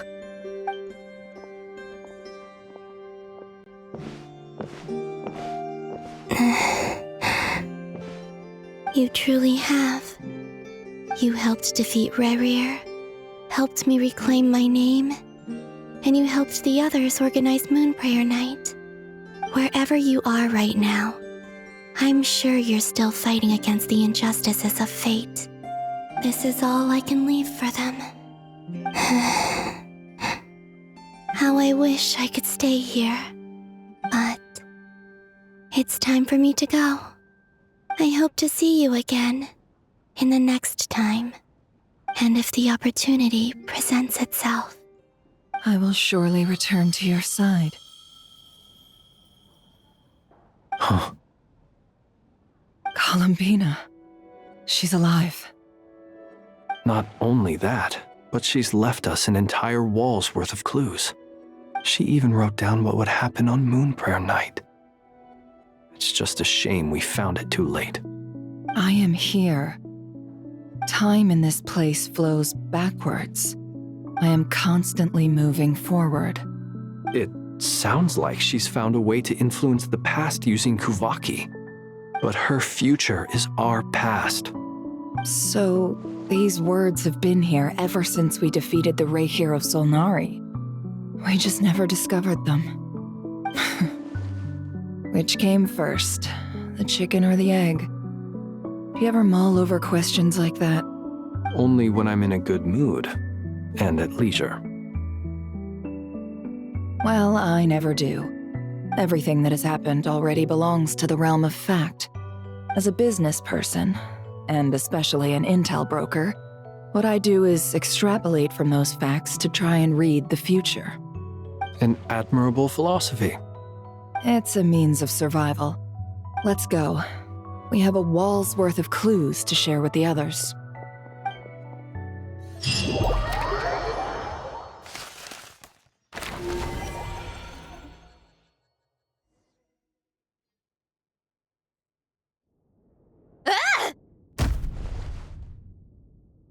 It appears that the doctor's energy signature has changed to something similar to Kuvaki, but not like the Kuvaki we're used to. Nodcry's Kuvaki devices will only have a limited effect on it. I can see why you've chosen to place your hopes in alchemy instead. Also, I must say these books are rather profound. My subordinates just shipped them in from Fontaine. Some of them are from the Narcissenkreuz Ordo. Some are incident reports from Petrichor, and then there's a few test reports for these junk machines. Additionally, after some further scanning, I've discovered something extremely annoying. What's that? Tevat's skies contain multiple moons. A long time ago, when I did my first scan, I detected 3, just as the legends say. But when I checked again just now, I detected 4 moons. So there's one extra? Yeah. Originally, I thought that if I could still find 3 moons, that would at least mean Columbina's still alive. But then it occurred to me that apart from the frost moon, Tevat's moons are just husks. And husks surely shouldn't show up in the scan, since they're not alive. It's weird, isn't it? If we can't even distinguish between a dead and a living moon, how are we supposed to know whether a moon goddess is still alive? Or does this mean that the moon marrows are equivalent to the moons themselves? It's certainly possible. In which case, the 4th moon you detected may be Dottore artificial creation. So he wasn't bluffing. He really built his own moon marrow. Ugh! I'm so mad right now! It's easy to get overwhelmed when you have too much on your plate. Maybe you need to relax. Perhaps try going for a walk. Or simply take a few deep breaths. Nothing can calm me down at a time like this. I need more time, and I need progress.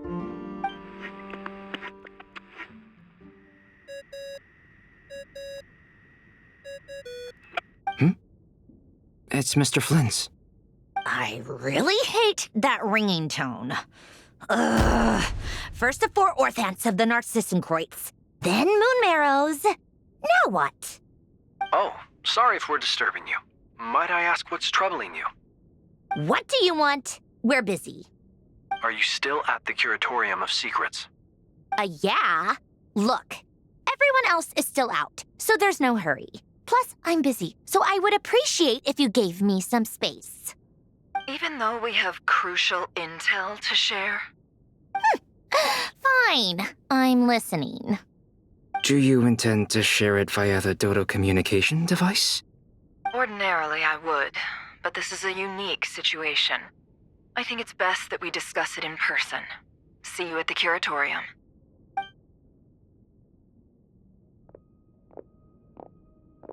All right then. So, what's the situation? The rest of the team is still out working on their missions and evacuations, but we've decided to fill you in on the most crucial information first. Sandrone, you were right. Columbina is most likely still alive.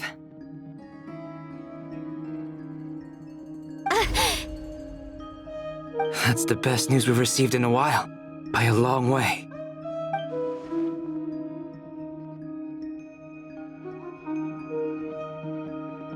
Random locations. Appearing in reverse order? Are you serious? So not dying isn't enough for the moon goddess, huh? She has to show off too. Anyway, does this mean we can deduce her condition from the moon marrows? Miss Sandrone, there's nothing wrong with simply admitting that you're happy to hear the good news. I'm not. And she's the least of our problems. We're facing a huge crisis. If she can't control the flow of time in there, she's just gonna keep moving backwards. Different points in time won't intersect, and she'll never find a way out. Let's say life begins with a drop of water. When did time begin? The moment this planet came into being? No, that's not right. Her final destination would be the moment at which the space she is in was created. But it doesn't seem like we can influence that space from the outside world. So how can we help her? Also, if she's alive, Rerir and Thalindus might be too. But as far as we know, neither of them have come back out. That space may not have an exit at all. I'm afraid I must concur with Miss Nefer in this. Can't exactly argue with that. Let's leave it there for now. I've taken notes on everything you said. Will it help with your research?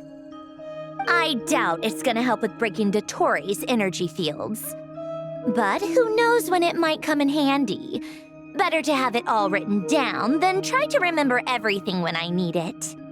All right, I need to get back to my research.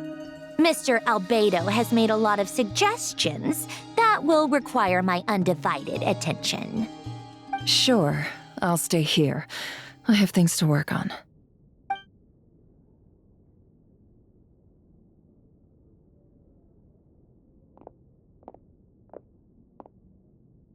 Paimon, are you there?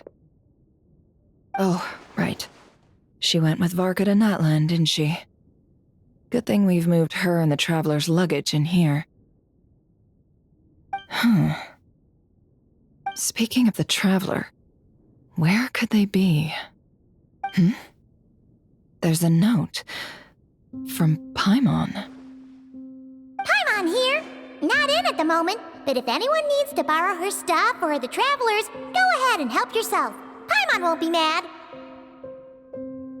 Also, Traveler, if you get back before Paimon, make sure to get some rest. Paimon misses you a lot, but put your health first, all right? How sweet. Well, since you offered, Paimon, don't mind if I do. This is the Traveler and Paimon's luggage. All the items they use day to day are here. It's well organized. I wonder which of them is responsible for that. What do we have here?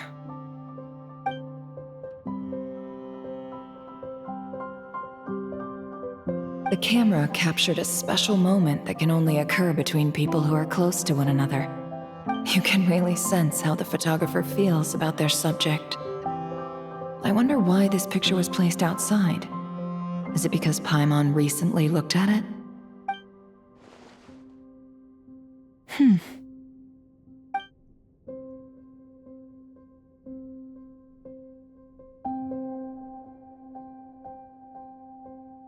This must belong to the Traveler. Perfect. I'll use this. Hang in there. We'll find you.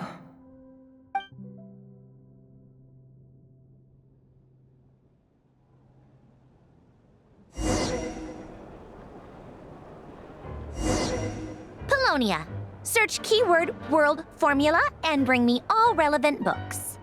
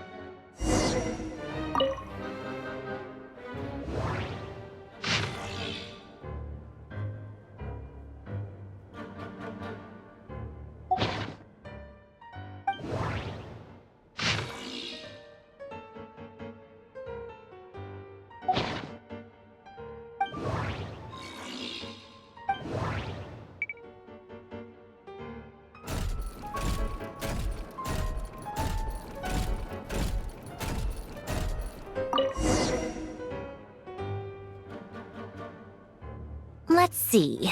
This one is on Tonki's sermon dictation concerning the apocalypse. I believe that the correct term for this is Fortuna. This was an ancient Romorian technology, a wisdom unparalleled. I never imagined that Romorian ideas would be so similar to the diagram I have named, the world formula. This is strong evidence that human civilization should gradually shed possibilities as it continues to explore and evolve. The end of humankind may well be upon us right now. The sparks of civilization shall run out unless we consider introducing variables from outside the system. Variables. Surely that can only mean one thing. Descenders? Dottore likely captured the Traveler because of her descender status. But the Three Moons' authority comes from the world itself. Why would Dottore need anything beyond that? Where does this variable factor in? The world formula calculates the fate of an entire world. Introducing a variable would therefore give us...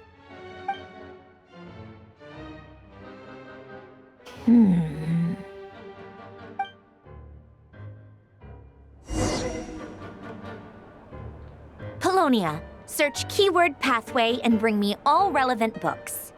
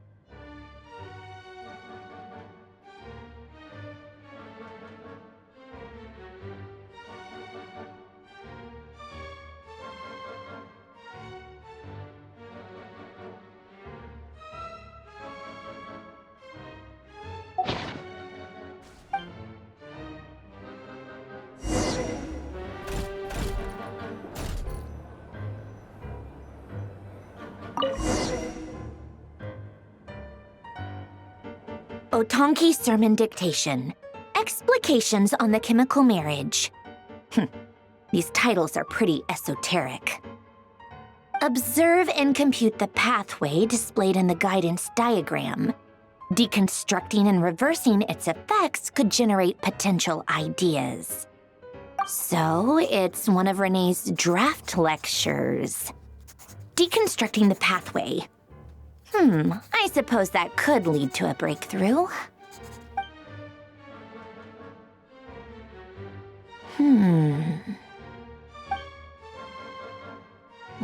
This is so long. This guy sure loves showing off his knowledge.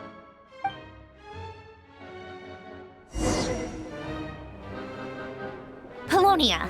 Search keyword tree model and bring me all relevant books.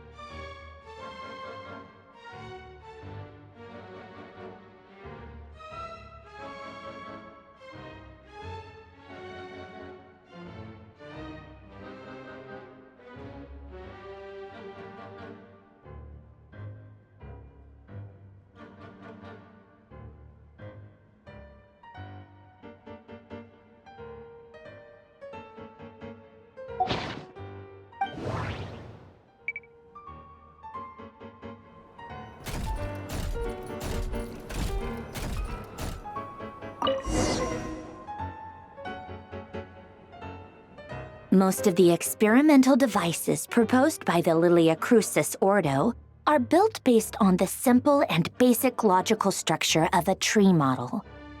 Lilia Crucis. Guess they were trying to cover up the name of the Nautitzenkreuz Ordo? When Duke St. Germanus departed, he said, "It seems that there's no going back." Alas, he is only a genius when it comes to machines. In all other things, he is but ordinary. Excuse me? I'm sorry. That's just ridiculous. What kind of book is this? Great Detective Herlock, the Alchemist and the Clockwork Saint? Isn't this a novel? Come on. Still, the author swears that they knew Renee well. Whatever. I guess it's not beyond the realms of possibility that Renee would say nonsense like that on occasion. Memory, wishes, souls, and persona. Frankly, this sounds more like occultism, but if Albedo vouches for it, I suppose there must be some alchemical basis to these techniques. The way Alain Guillotin saw it, the world was comprised of machines. The universe needed machines, and thus his technologies were created. That's why I was born. René, his full name was René de Petrichor, if I recall correctly. Sounds like he and the town must be intricately connected. That place was also the source of most of our information regarding Remurian civilization. Seems like some of his projects were based on their technology. The cutting of souls and storing them in vessels. These seemingly unrelated techniques underpinned René's research. Assuming that the 4 orthants correspond to alchemical categories. The chemical marriage model? Alain would have scoffed at that. He never would have let those theories or parameters anywhere near his mathematical formulas.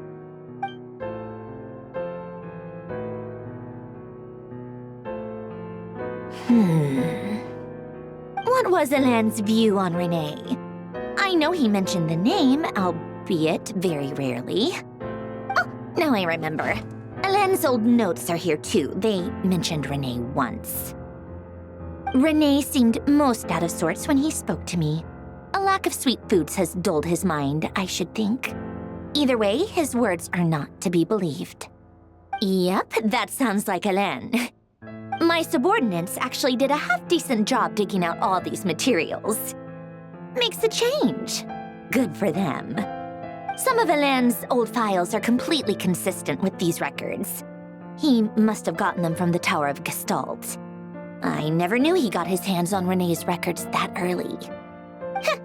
He may have kept them, but he never even attempted to use them. Didn't believe a word they said. Come to think of it, René's world formula was filled with calculations of constants. That shows he believed that the fate of the world to be predetermined. As for Alain... it's been too long. I forget what he said. What would he have said? A guy like him, fervent believer in machines, but not headstrong enough. The world can be changed. It is worth persevering. Yes, that's how he used to think at least. He created that procedure to save this world. Yet the scale of the world's fate proved too enormous. The result was beyond his ability to calculate. He died having never seen the outcome. And there I was, left behind in the ashes of his dreams. Did you really never take a close look at René's research? Or did you read it but deem his philosophy incompatible with your model? The very thought of trying to incorporate his ideas probably made you feel sick to the stomach. Well, don't worry, because there's a whole new category of lunatic in town. Next to Dottore, every other madman looks sane. You once asked me what I wished for. Should have asked him instead. He's the one pining for things you'd sooner die than witness.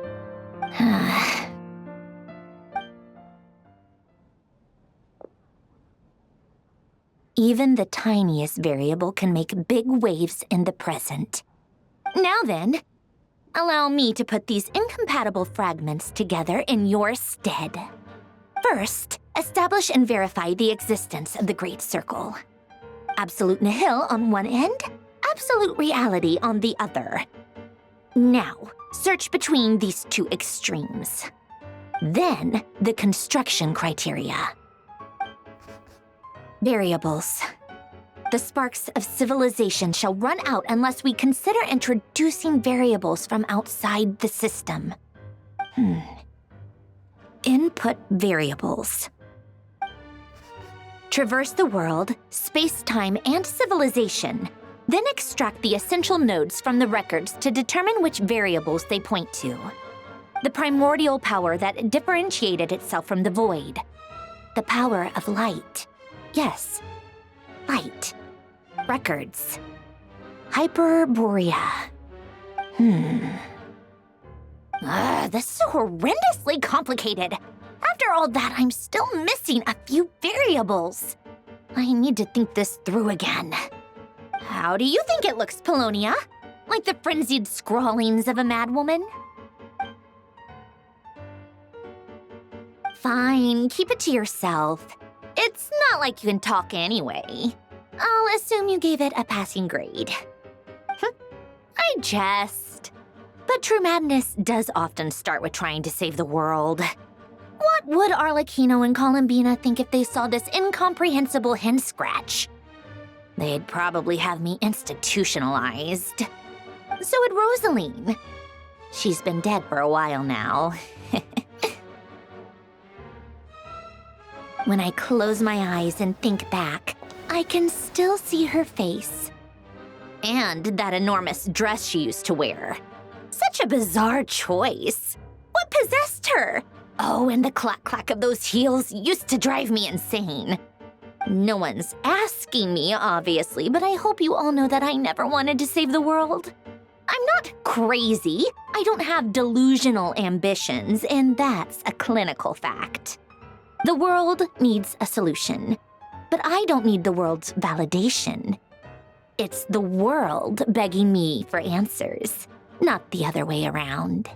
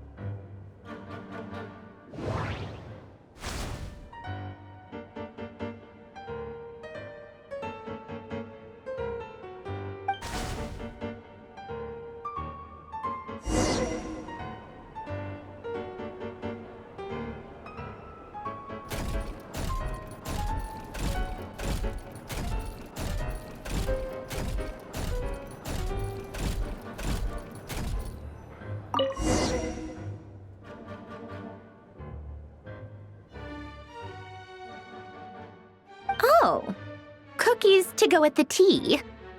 Let's see. They must be from that person who brought those documents. I see they're from Hotel de Boer. Something's written on the box. We are proud to present this homage to the Fortress of Meropede's fun-filled meal collection system. Fortune cookies. Have a lucky start to your day. Sounds like a dumb gimmick to me.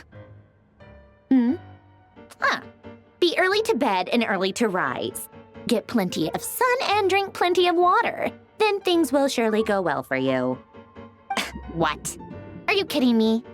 Somehow I doubt that an early night and a glass of water is magically gonna save a world on the brink of existential peril.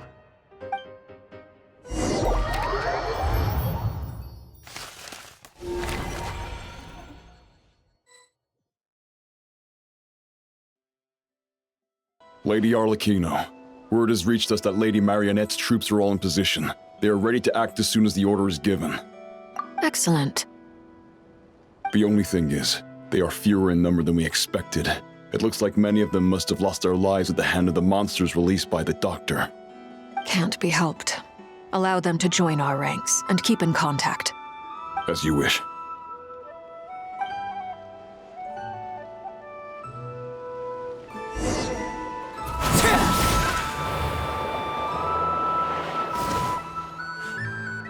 It's been a while, Arlecchino. You look well. Did Dottore really have to build his lab right on the sole path between Snezhnaya and Nodkrai? Had to go on a huge detour to stay out of its line of sight. Sounds like an arduous journey. I assume you've brought word from Her Majesty? Of course, all part of the job. Firstly, the Tsaritsa has authorized Fatui Internal Affairs to review Dottore's case. They will reach a formal verdict on whether he has turned traitor and whether he poses a threat to Snezhnaya. While they're working on that, I've been ordered to come and receive the refugees from Nodkrai. They are nearby. My team will escort you to them shortly. Great. Aside from that, Her Majesty has a message for you and Sandrone personally. Huh? Where is Sandrone? She stayed behind to work since I was making the trip anyway. It seemed sensible to have one person on standby at base while the other came out to meet you. All right, guess that's just how she rolls. In that case, tell her that the Tsaritsa's decree this time is pretty awesome sounding. I think she'll like this one. Still, I wonder what... Wait, what's that? Did one of our troops turn into a monster? Take him out.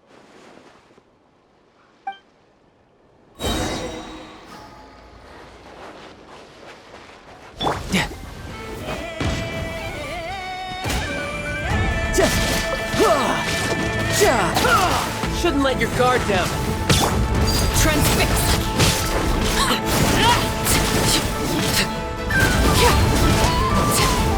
You've gotten stronger, Arlecchino. Nice. Stop that right now.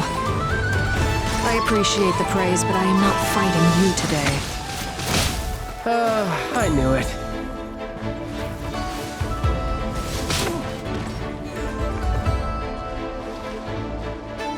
Tidal wave.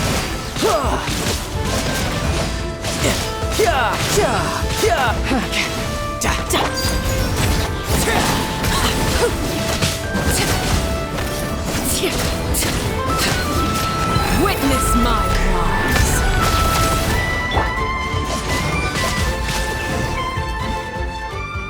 I can't believe it. He was a living, breathing human one moment, and the next... Another fine piece of work by our dear colleague, I'm afraid. What in the world has been going on in Nodcry? A lot.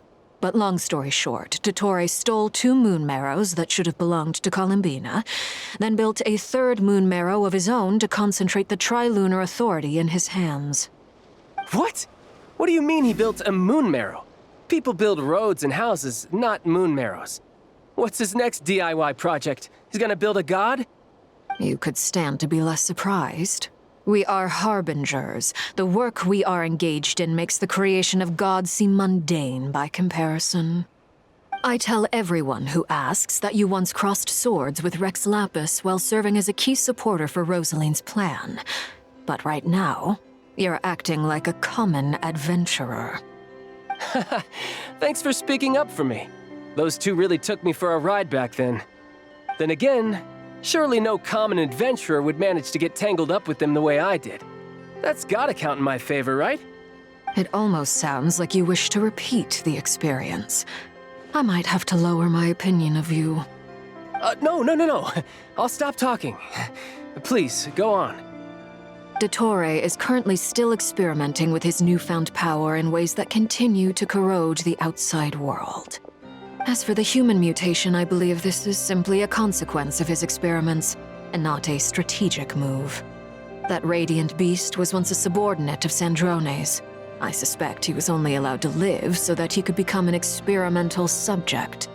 Also, those of us who fought Dottore have been afflicted with a curse.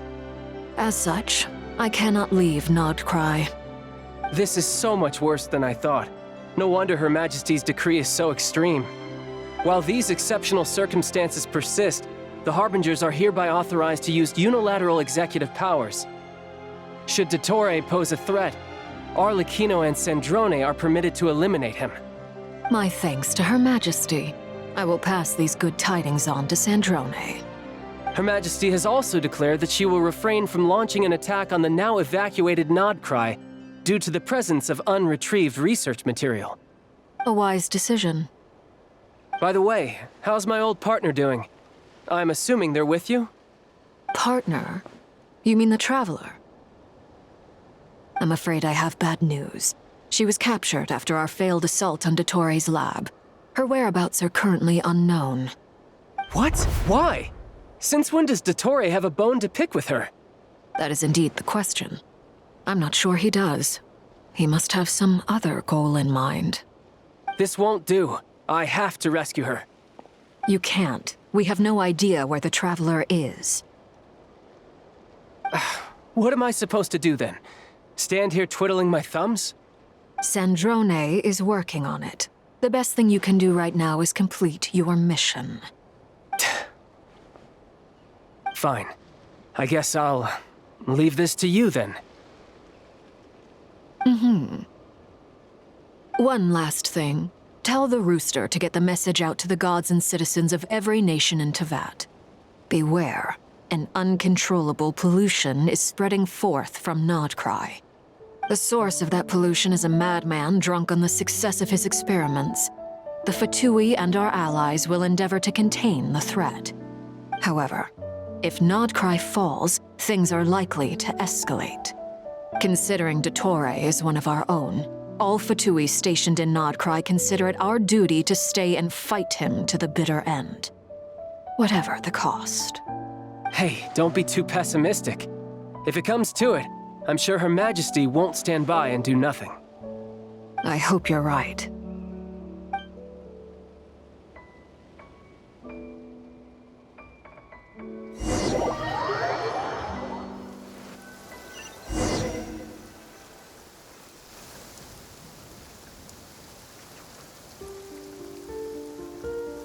You're right on time.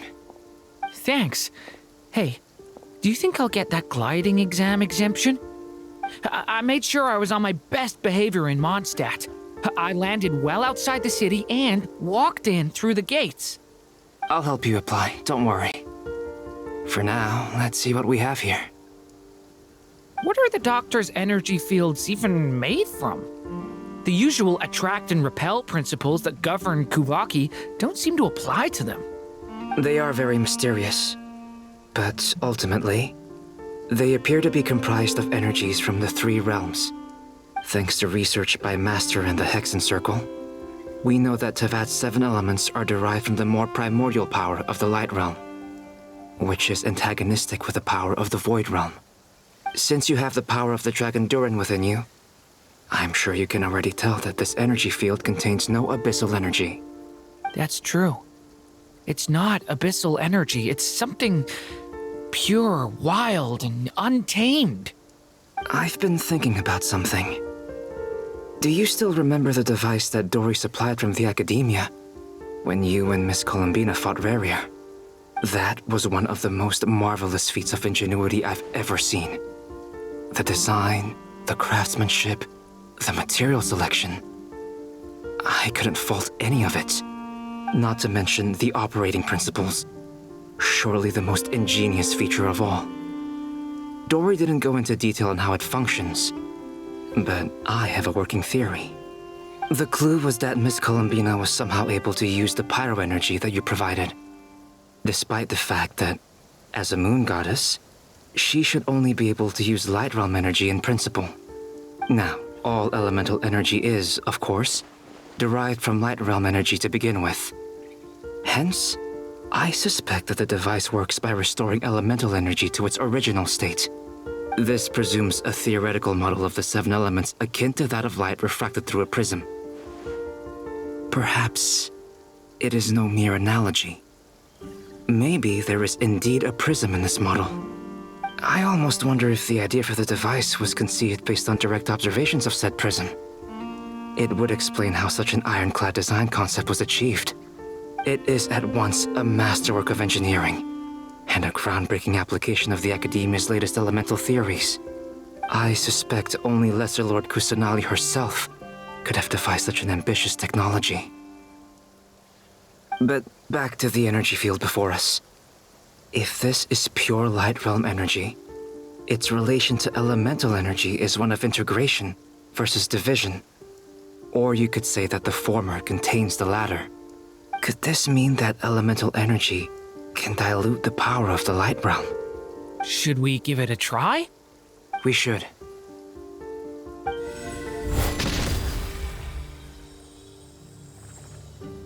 Ha! It works! Clear signs of disruption were detected at the periphery of the energy field. This indicates that elemental energy can disturb or even negate the field. Now you try. All right, here goes.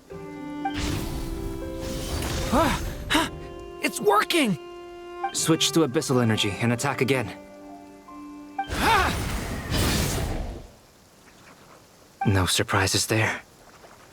Abyssal power drains the energy field to a significantly greater extent.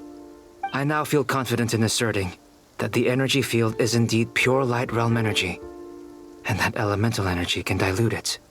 But the energy field is huge. How much elemental energy will it take to neutralize it? We don't have to neutralize it completely. We can try other approaches. That's all for theory. Would you like to continue watching? So you knew I was here? Huh? When did you get here? A while ago. But Albedo sounded like he was working on his thesis defense back there. Back in Sumeru. You can end a person's whole career by interrupting them mid-speech. Very thoughtful of you. I'm truly touched. Could I ask you to lend me a hand? With what? A little test. Try using Animo to unleash a concentrated assault with circular blades, with the goal of breaking through at a singular point. Nice! This time it tore through the field. Tremendous. This is a major breakthrough. Should we go through? We probably shouldn't risk having mutually antagonistic energies in such close proximity. Durin, you stay here and watch the entrance. Hat Guy and I will go in to investigate. Sounds sensible to me. Keep your eyes peeled, Durin. Don't worry, I got this. You two be careful in there. Just give me the signal if you need help and I'll dive right in. What do you mean, signal? It's based on a new alchemical concoction I developed last month. When 2 bottles of it are smashed on the ground together, they emit a blinding burst of light. If it comes to that, remember to shield your eyes with your hat. Glad I asked. Thanks for the heads up.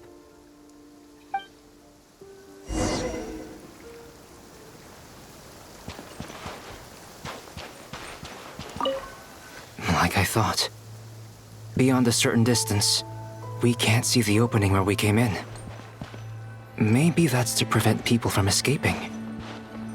Sounds like Dottore style to me. Not much has changed. Things are basically the same here as they were before the energy field appeared.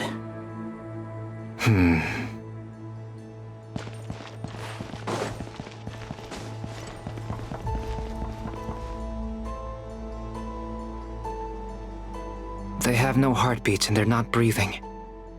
We can only assume they're dead. But there are no visible wounds. Also, there's an animal squatting next to each body. It's watching us. That's not an animal's gaze. What are you trying to tell us?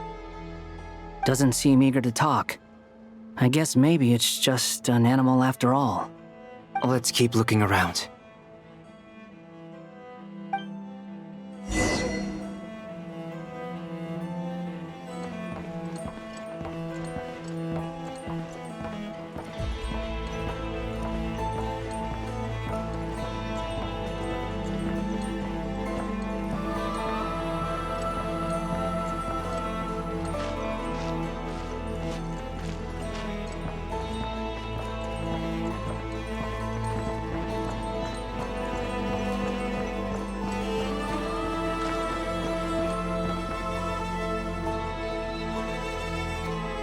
Same situation everywhere. Not a living soul in sight. Just countless bodies with animals standing watch over them. Well, I think we can safely rule out the possibility that they're all pets. Is skirting around the topic your way of showing consideration for other people's feelings? Just being cautious. I don't doubt that you can handle the truth.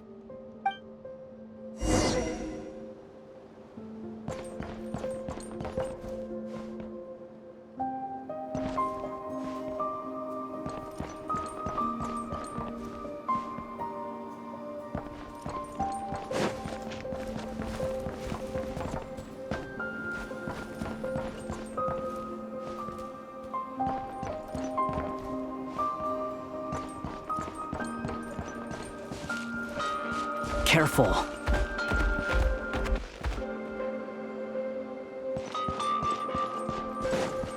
Please. Help us. Please. Over there. I hear a voice.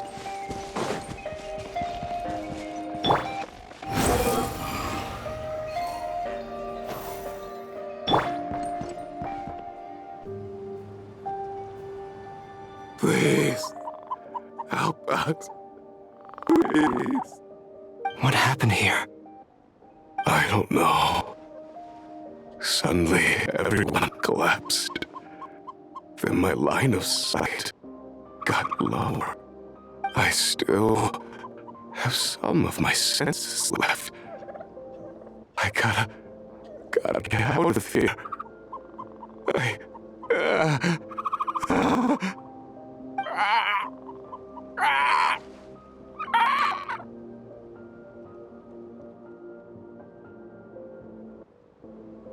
It looks like there's a huge experiment going on inside this energy field. Maybe each energy field is its own giant experiment. Vile. He's swapping human minds with those of animals. Even without the other circumstances, this would be an extremely radical experiment. Those people may have lost their sense of selves, but they are not fully animals either. If they were, they would have left. But instead, their instincts are driving them to remain by their dead bodies. We should go.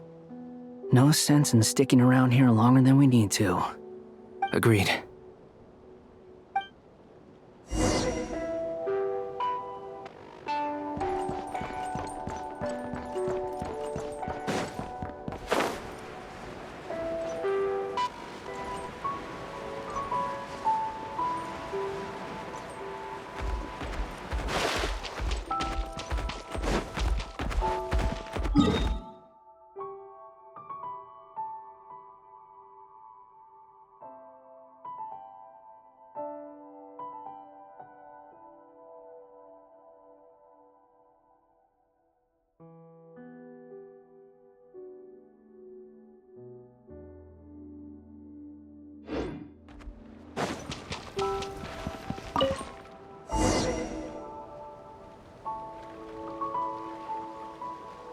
You're back! Everything okay? We saw some things that take a strong stomach. Otherwise, we're fine. We should share our findings with the others.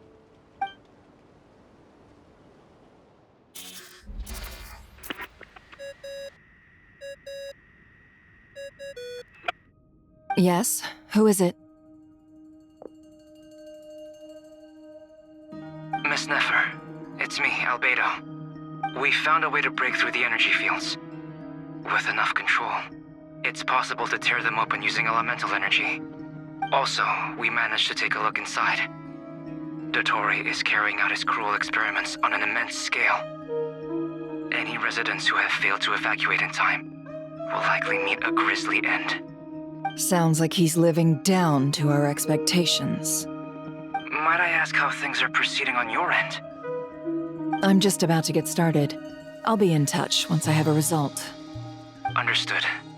Stay safe. I will.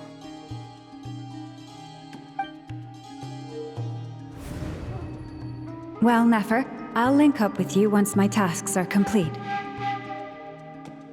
What makes you think I'd need you to do that? I'll need it.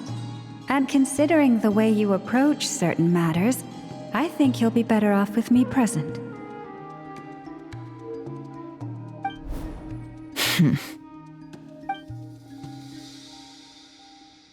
Let's begin. Entering simulation mode. A vast wasteland. Is this the Traveler's inner world? I was expecting something more vibrant, to be honest. Wait, someone's there. What are you looking at? In that case, I'll look at it with you. I want to know all about everything you've seen and experienced. Is there somewhere I should return to? Or should I stay here and be the hero everyone says I am?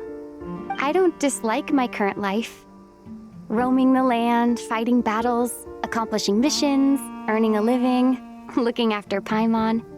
It's not so bad. I guess the only thing that's missing is that you're not here with me.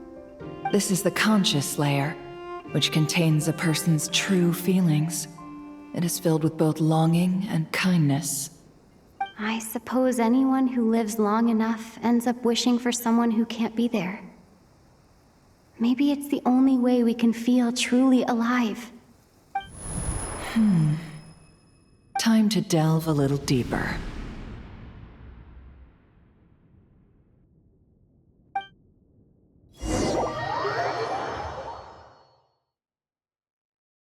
Nasha Town is hardly the optimal choice for a place to live, but it has character and a reasonable population density. What are you trying to say? Oh, don't be nervous. I was just thinking where might make a good starting point for your journey. Perhaps I should send you further afield. Conria, perhaps. Conria ceased to exist long ago. Once again, you fail to understand the possibilities that the Tri-Lune creates. Anything that has existed in the past, I can now recreate. You simply do not wish to see that happen. That might be because you miss your sibling and fear getting answers that you are not ready to learn. But this is not for me to judge. If we are to collaborate, we need to maintain an amicable relationship. In a moment, you will be able to... Oh no. What are you...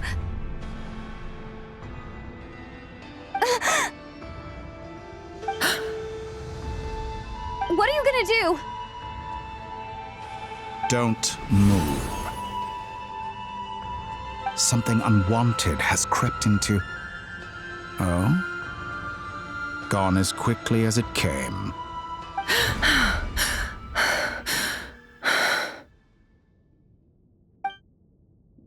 Did you save me? If I hadn't cut the connection, Dottore might have caught you from the other side and destroyed you. This was a good idea, but once is plenty. You were exceptionally brave. Excellent work. Thanks, but now's not the time for that.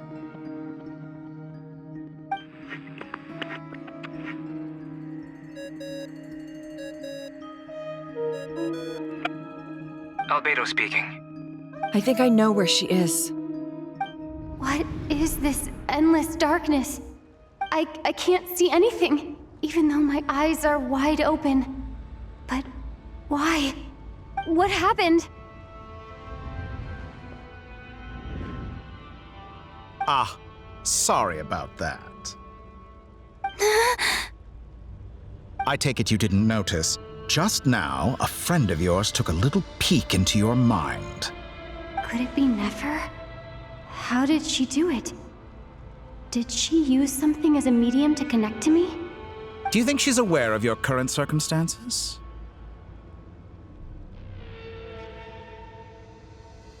Oh dear. Have I stunned you into silence? I only wanted to slow down your time a little so I could stop your intruder in her tracks. It would have been nice to capture the spy. I must say, I'm finding the ability to adjust the flow of time rather intriguing. The moment you closed your eyes, time seemed to grow impossibly viscous, didn't it? A whole month passed before you opened your eyes again, but only for you. No one else was affected. I dare say this is something only a god can achieve. Point taken. You've proven once again that you have god-tier powers. Oh, you misunderstand. This wasn't about proving a point. I was testing things out. I find I learn best by doing, and I have to admit, time is not the easiest dimension to control. I only wanted to make you sleep for a short while, but it ended up lasting a whole month. Clearly some finesse is required to wield the authority over time as I wish. I hope you're not angry with me. It was only a month's discrepancy, nothing too serious. Had I been off by a year, a decade, or even a century, that would have been quite a different story. You could have frozen me for millions of years. So much for collaboration. You aren't showing much sincerity. Millions of years? To what end? I wonder if you don't understand humans all that well. They are very pragmatic creatures who understand only that which they can perceive with their senses. If I had you sit here for a week, I imagine people might sympathize. But if I left you here for 100, 1,000, or 10,000 years, the sheer size of that number would cause it to lose all meaning to them. They would not have the capacity to comprehend your suffering, and thus they could not empathize. Unfortunately, while gods do exist in Tevat, it is ordinary humans that account for most of the population. Their lifespans are so limited, their bodies so fragile. Did you ever really hope that they could begin to understand someone like you? Your long life and unique origins make you fundamentally different from them. How long will it be before they start to treat you like the alien you are? Before you are ostracized, outcast? Alien. Even I feel bad for you sometimes. This world has made you into a slave. So many times you have served its will, and not once have the powers that be ever thought to grant you the one simple thing you wish for.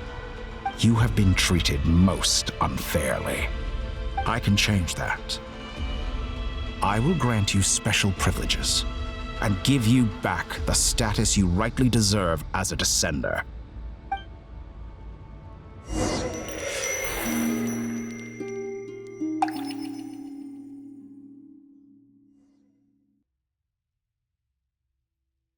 I've entered the past 3 times at this point, but I still have so many questions.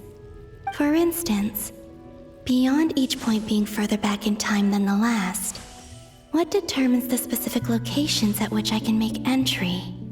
So far, the common thread linking all 3 scenarios is that the traveler has been present. But it's more than that. I know I sensed something familiar around her. What was it? I'll keep this question in mind as I carry on.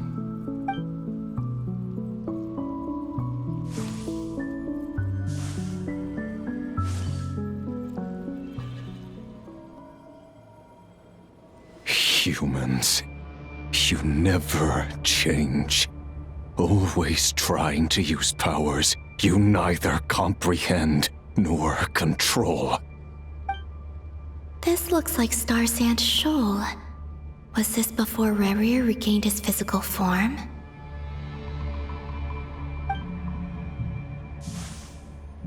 You've messed with the cannon again, huh? Sorry, but this round's not gonna go your way. The cannon. That's right. I was at Silvermoon Hall and I sensed an abnormal Kuvaki fluctuation coming from Nasha Town. And right after that, came an ominous power emanating from Star Sand Shoal. My body was once torn into countless pieces and hurled into the swirling chaos of time itself. But even so, my life and will were not extinguished. I wonder if I could try to prevent his resurrection. But how would I do it? What can I do, here and now? Traveler! Behind you! Look at that light!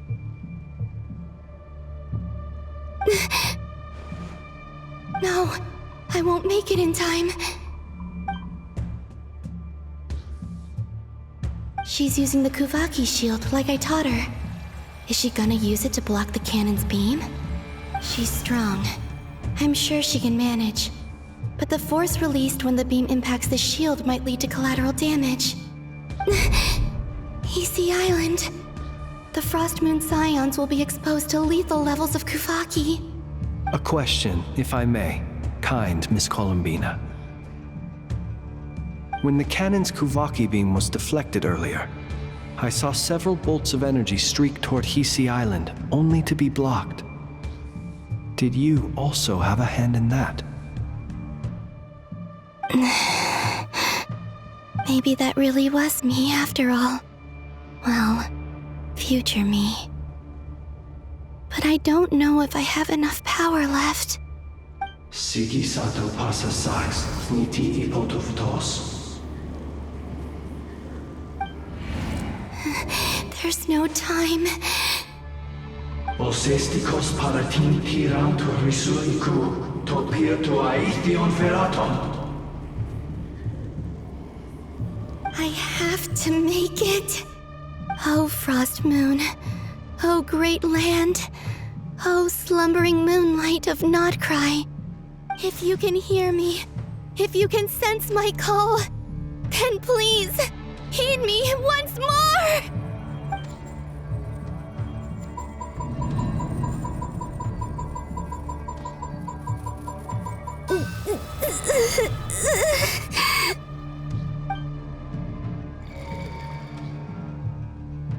Did it work?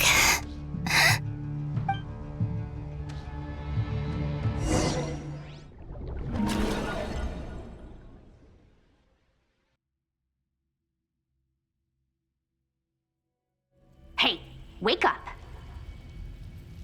Hey, did you hear me? Columbina, I said wake up, now! Oh, good morning, Sandrone. It's 3 in the afternoon, actually. And could you kindly not use my quarters as your personal nap room next time? But I feel so safe here. And your coffee, right? It's so bitter, but it smells lovely. It's like you were raised by wolves in a forest or something. What did you drink growing up? Grass tea?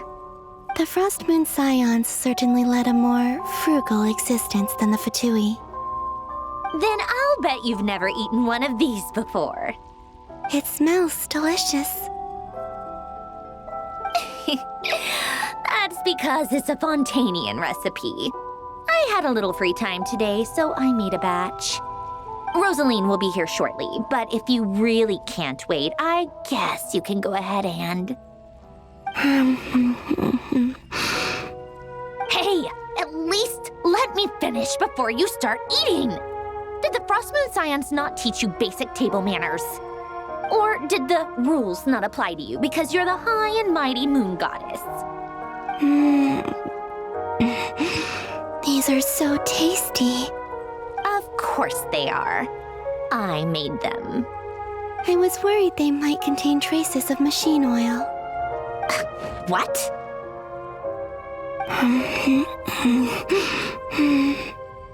You know, there's something I've always wanted to ask you. Why did you leave your old home and join the Fatui? I mean, I'm sure their food was awful. But there's gotta be more to it than that. Well, life there didn't go quite how I imagined. What were you expecting? You're a god. Your followers are gonna make some demands of you, right? Surely you can just answer a few prayers here and there in return for the free food and drink. How bad can it be? Well, would you help other people just for free food and drink? The doctor told me that you were created by a great mechanic, Lord something Fisher. The Lord Artificer. Ugh, some people can't keep their mouths shut. Oh, Lord Artificer. And didn't he have something to do with the, narcissist? Narcissenkreuz Ordo. Yes, that was it. Narcissenkreuz Ordo. So, would you try to fulfill their wishes? You must be joking. I wouldn't go even if they paid me. I don't even know them. Exactly. Well, I felt the same way. I did not know the people who made demands of me. What do you know? We're on the same page for once. In his later years, Alan did ask me if there was anything I wanted to do. If I had any wishes of my own. Well, I don't. And I'm not in any mood to fulfill someone else's either. Who's Alain? He was the... You know what? Never mind. You're not gonna remember. Anyway, the point I'm trying to make is, neither of us is the self-sacrificing type. Let me ask you this. What sort of place would you like to live in, if you could choose? A place where people don't ask me for things I cannot give them. Where they don't worship me, or fear me, but just want to chat with me like a normal person. I'd also like the freedom to come and go as I please. And ideally, it would be somewhere with the smell of coffee and snacks. Not to burst your bubble, but no such place exists in the world. Now, take your snacks and scram.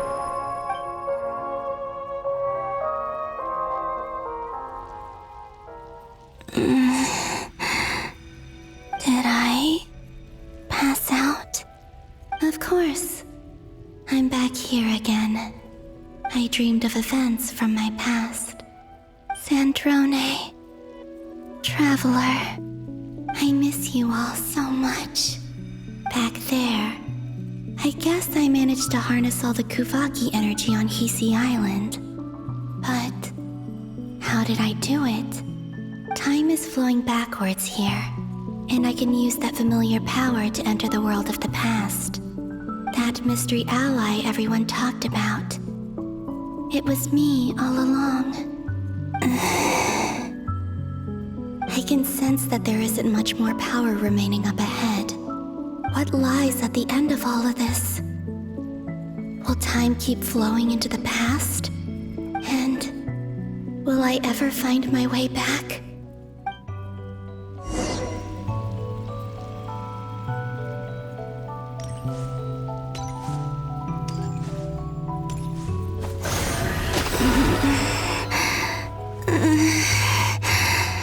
It's getting harder and harder to use my power.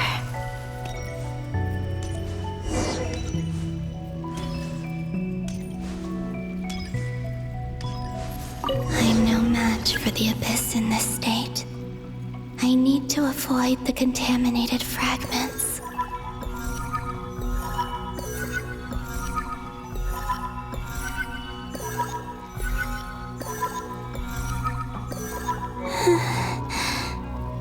Time to go. I wonder where I'll find myself this time.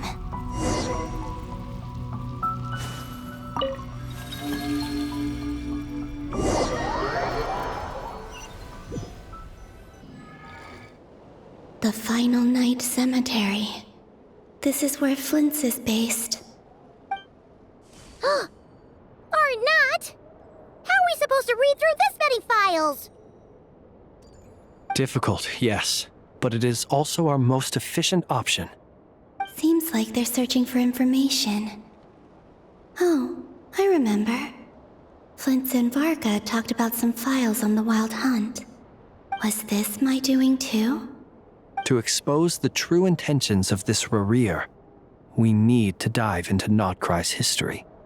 Are my actions changing the past? Or are they simply completing a process? Is all of this inevitable? Or am I the one making these decisions?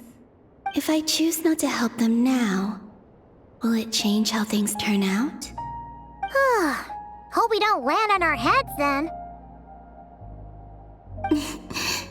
They're my friends. I can't not help them.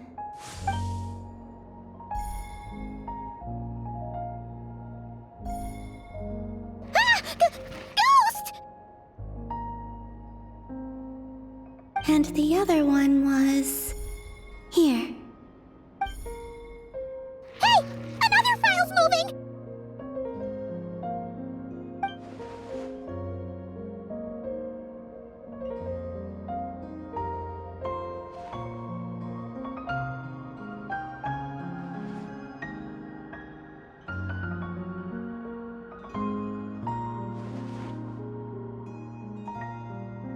That should do it.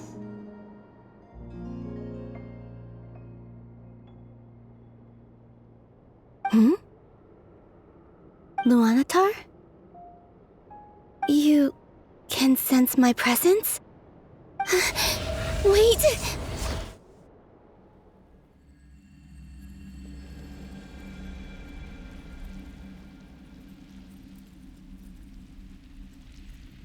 Luanatar.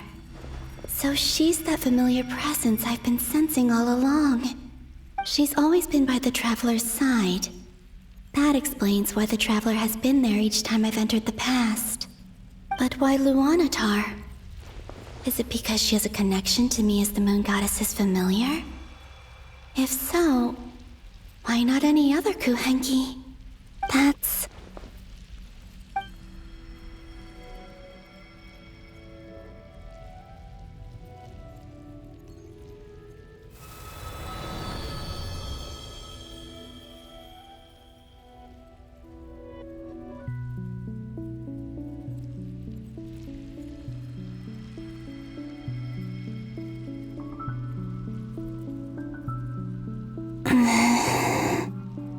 I cannot sense any power up ahead.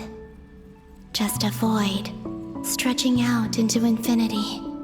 This is likely my final chance to enter the past. It's now or never. I have to find a way back.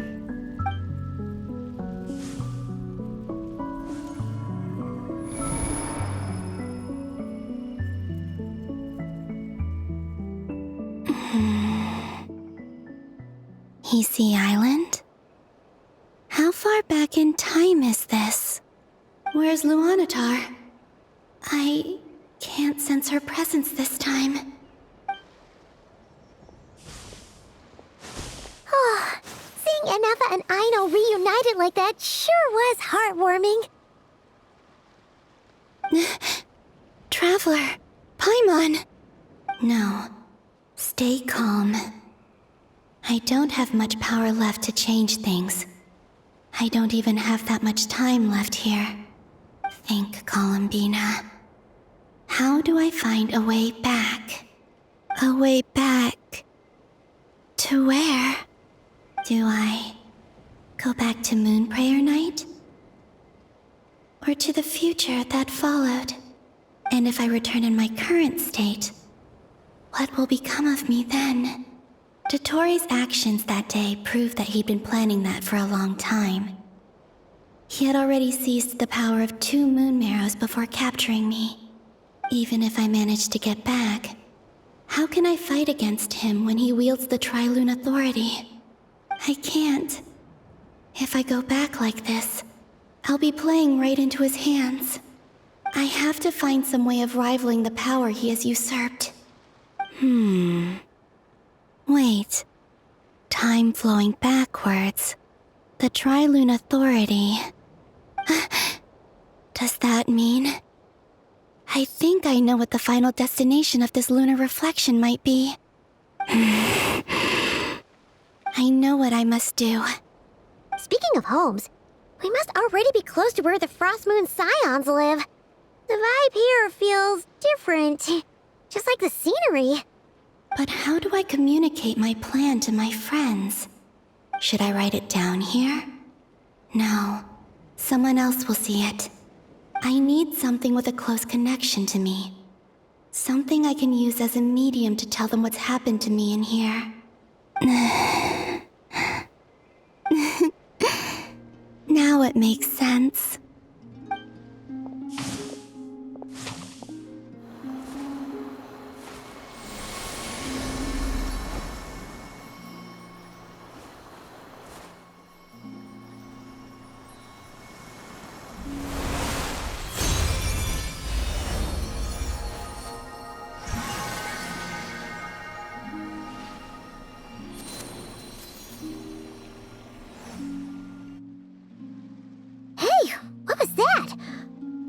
Some sort of breeze blew by, and then the petals suddenly turned into...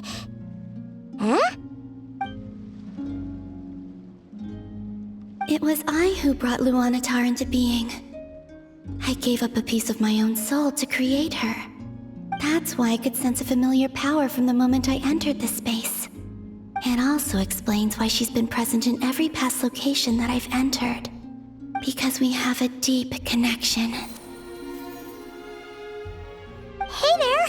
What's your name? And the reason why there are no more gates to the past after this point is that Luanatar hadn't been born then. No wonder I sensed the trace of a blessing when we first met. But I still didn't recognize the soul hidden within you. Back then, I was just a little lost dove. I had yet to become Columbina Hyposelenia. Go on now. We've got stuff to do. Best you find someone else to hang out with. Hey, you scared it off. I'll be counting on you. Remember to stay by the traveler's side, guide her, and help her in my stead. Oh, and bring her to the garden where the moon prayer blossoms grow. There's a little lost dove there who will need her help.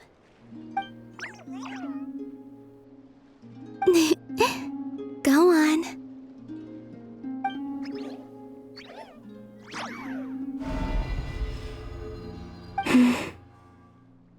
You too. Go and live your story. As for mine must go in a different direction.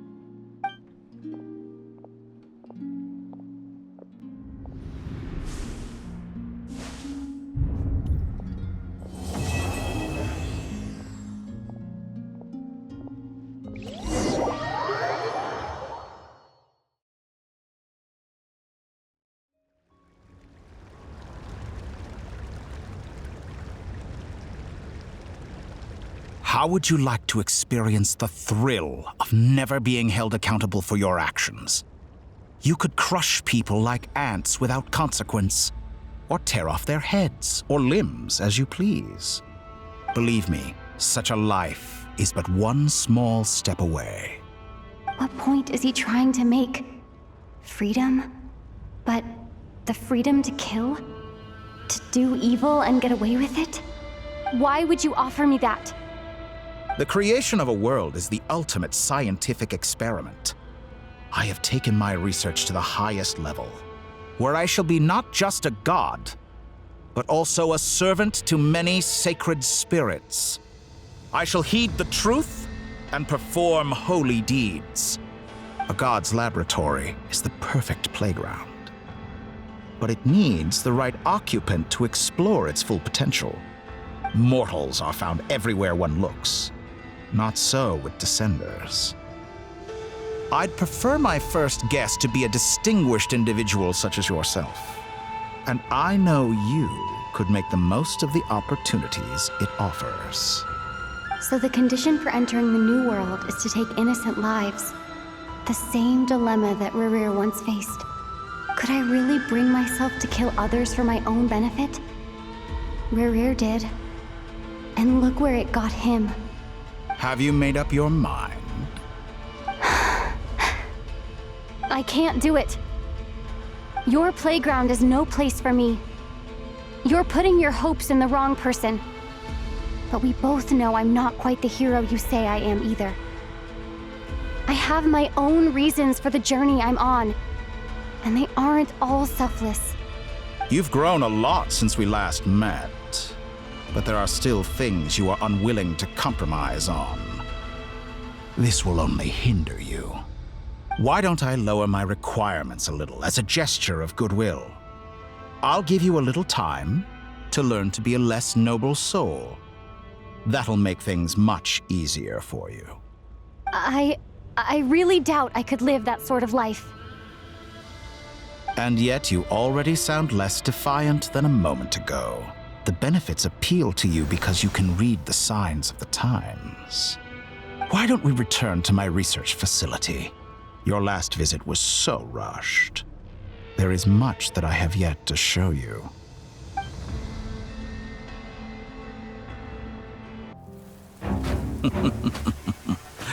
Now to that question, Heroes don't attack from behind. Guess I'm no hero. This is most disappointing.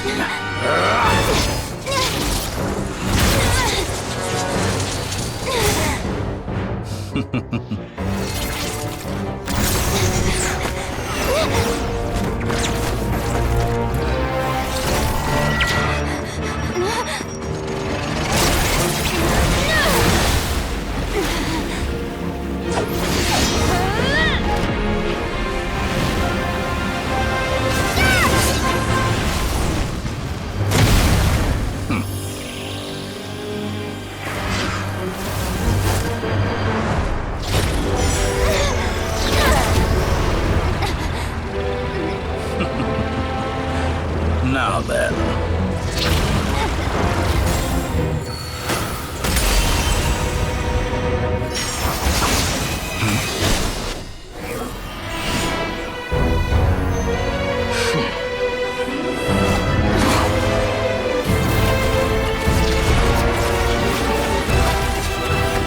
A new face.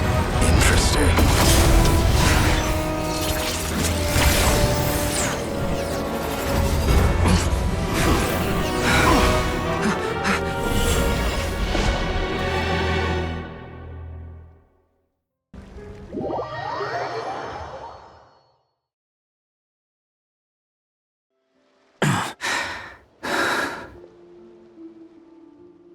You're still gonna call me Hat Guy after that, huh?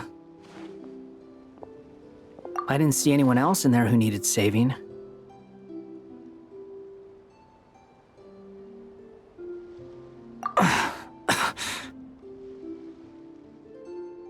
It's nothing. I'll be fine. Why are you looking at me like that? Is it that shocking that I'd come to your rescue? I owed you a favor back in Sumeru. Now we're even. Distracting Dotori was tough, I won't lie. He's not gonna fall for the same trick twice. That was my one shot. I'd hoped to use it to take him out. Ugh. I never wanted to obliterate someone more than I do right now. Dotori doesn't recognize me, but his segments were originally made based on an analysis of my operational principles.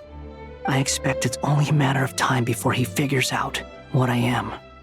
So Dotori doesn't recognize Wanderer because he deleted himself from Irminsul. Did he really miss his only chance for revenge by saving me?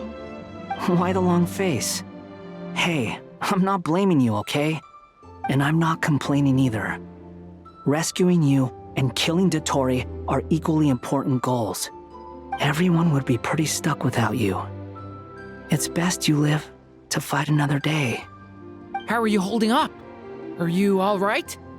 Hat Guy said to put safety first, so we agreed to run as far away as we could after leaving the energy field and only meet up once it was safe. You don't look injured. It seems that Dotori didn't do anything to you. All right. Rescue operation complete. Let's head back. There's a lot more work to be done before this is over.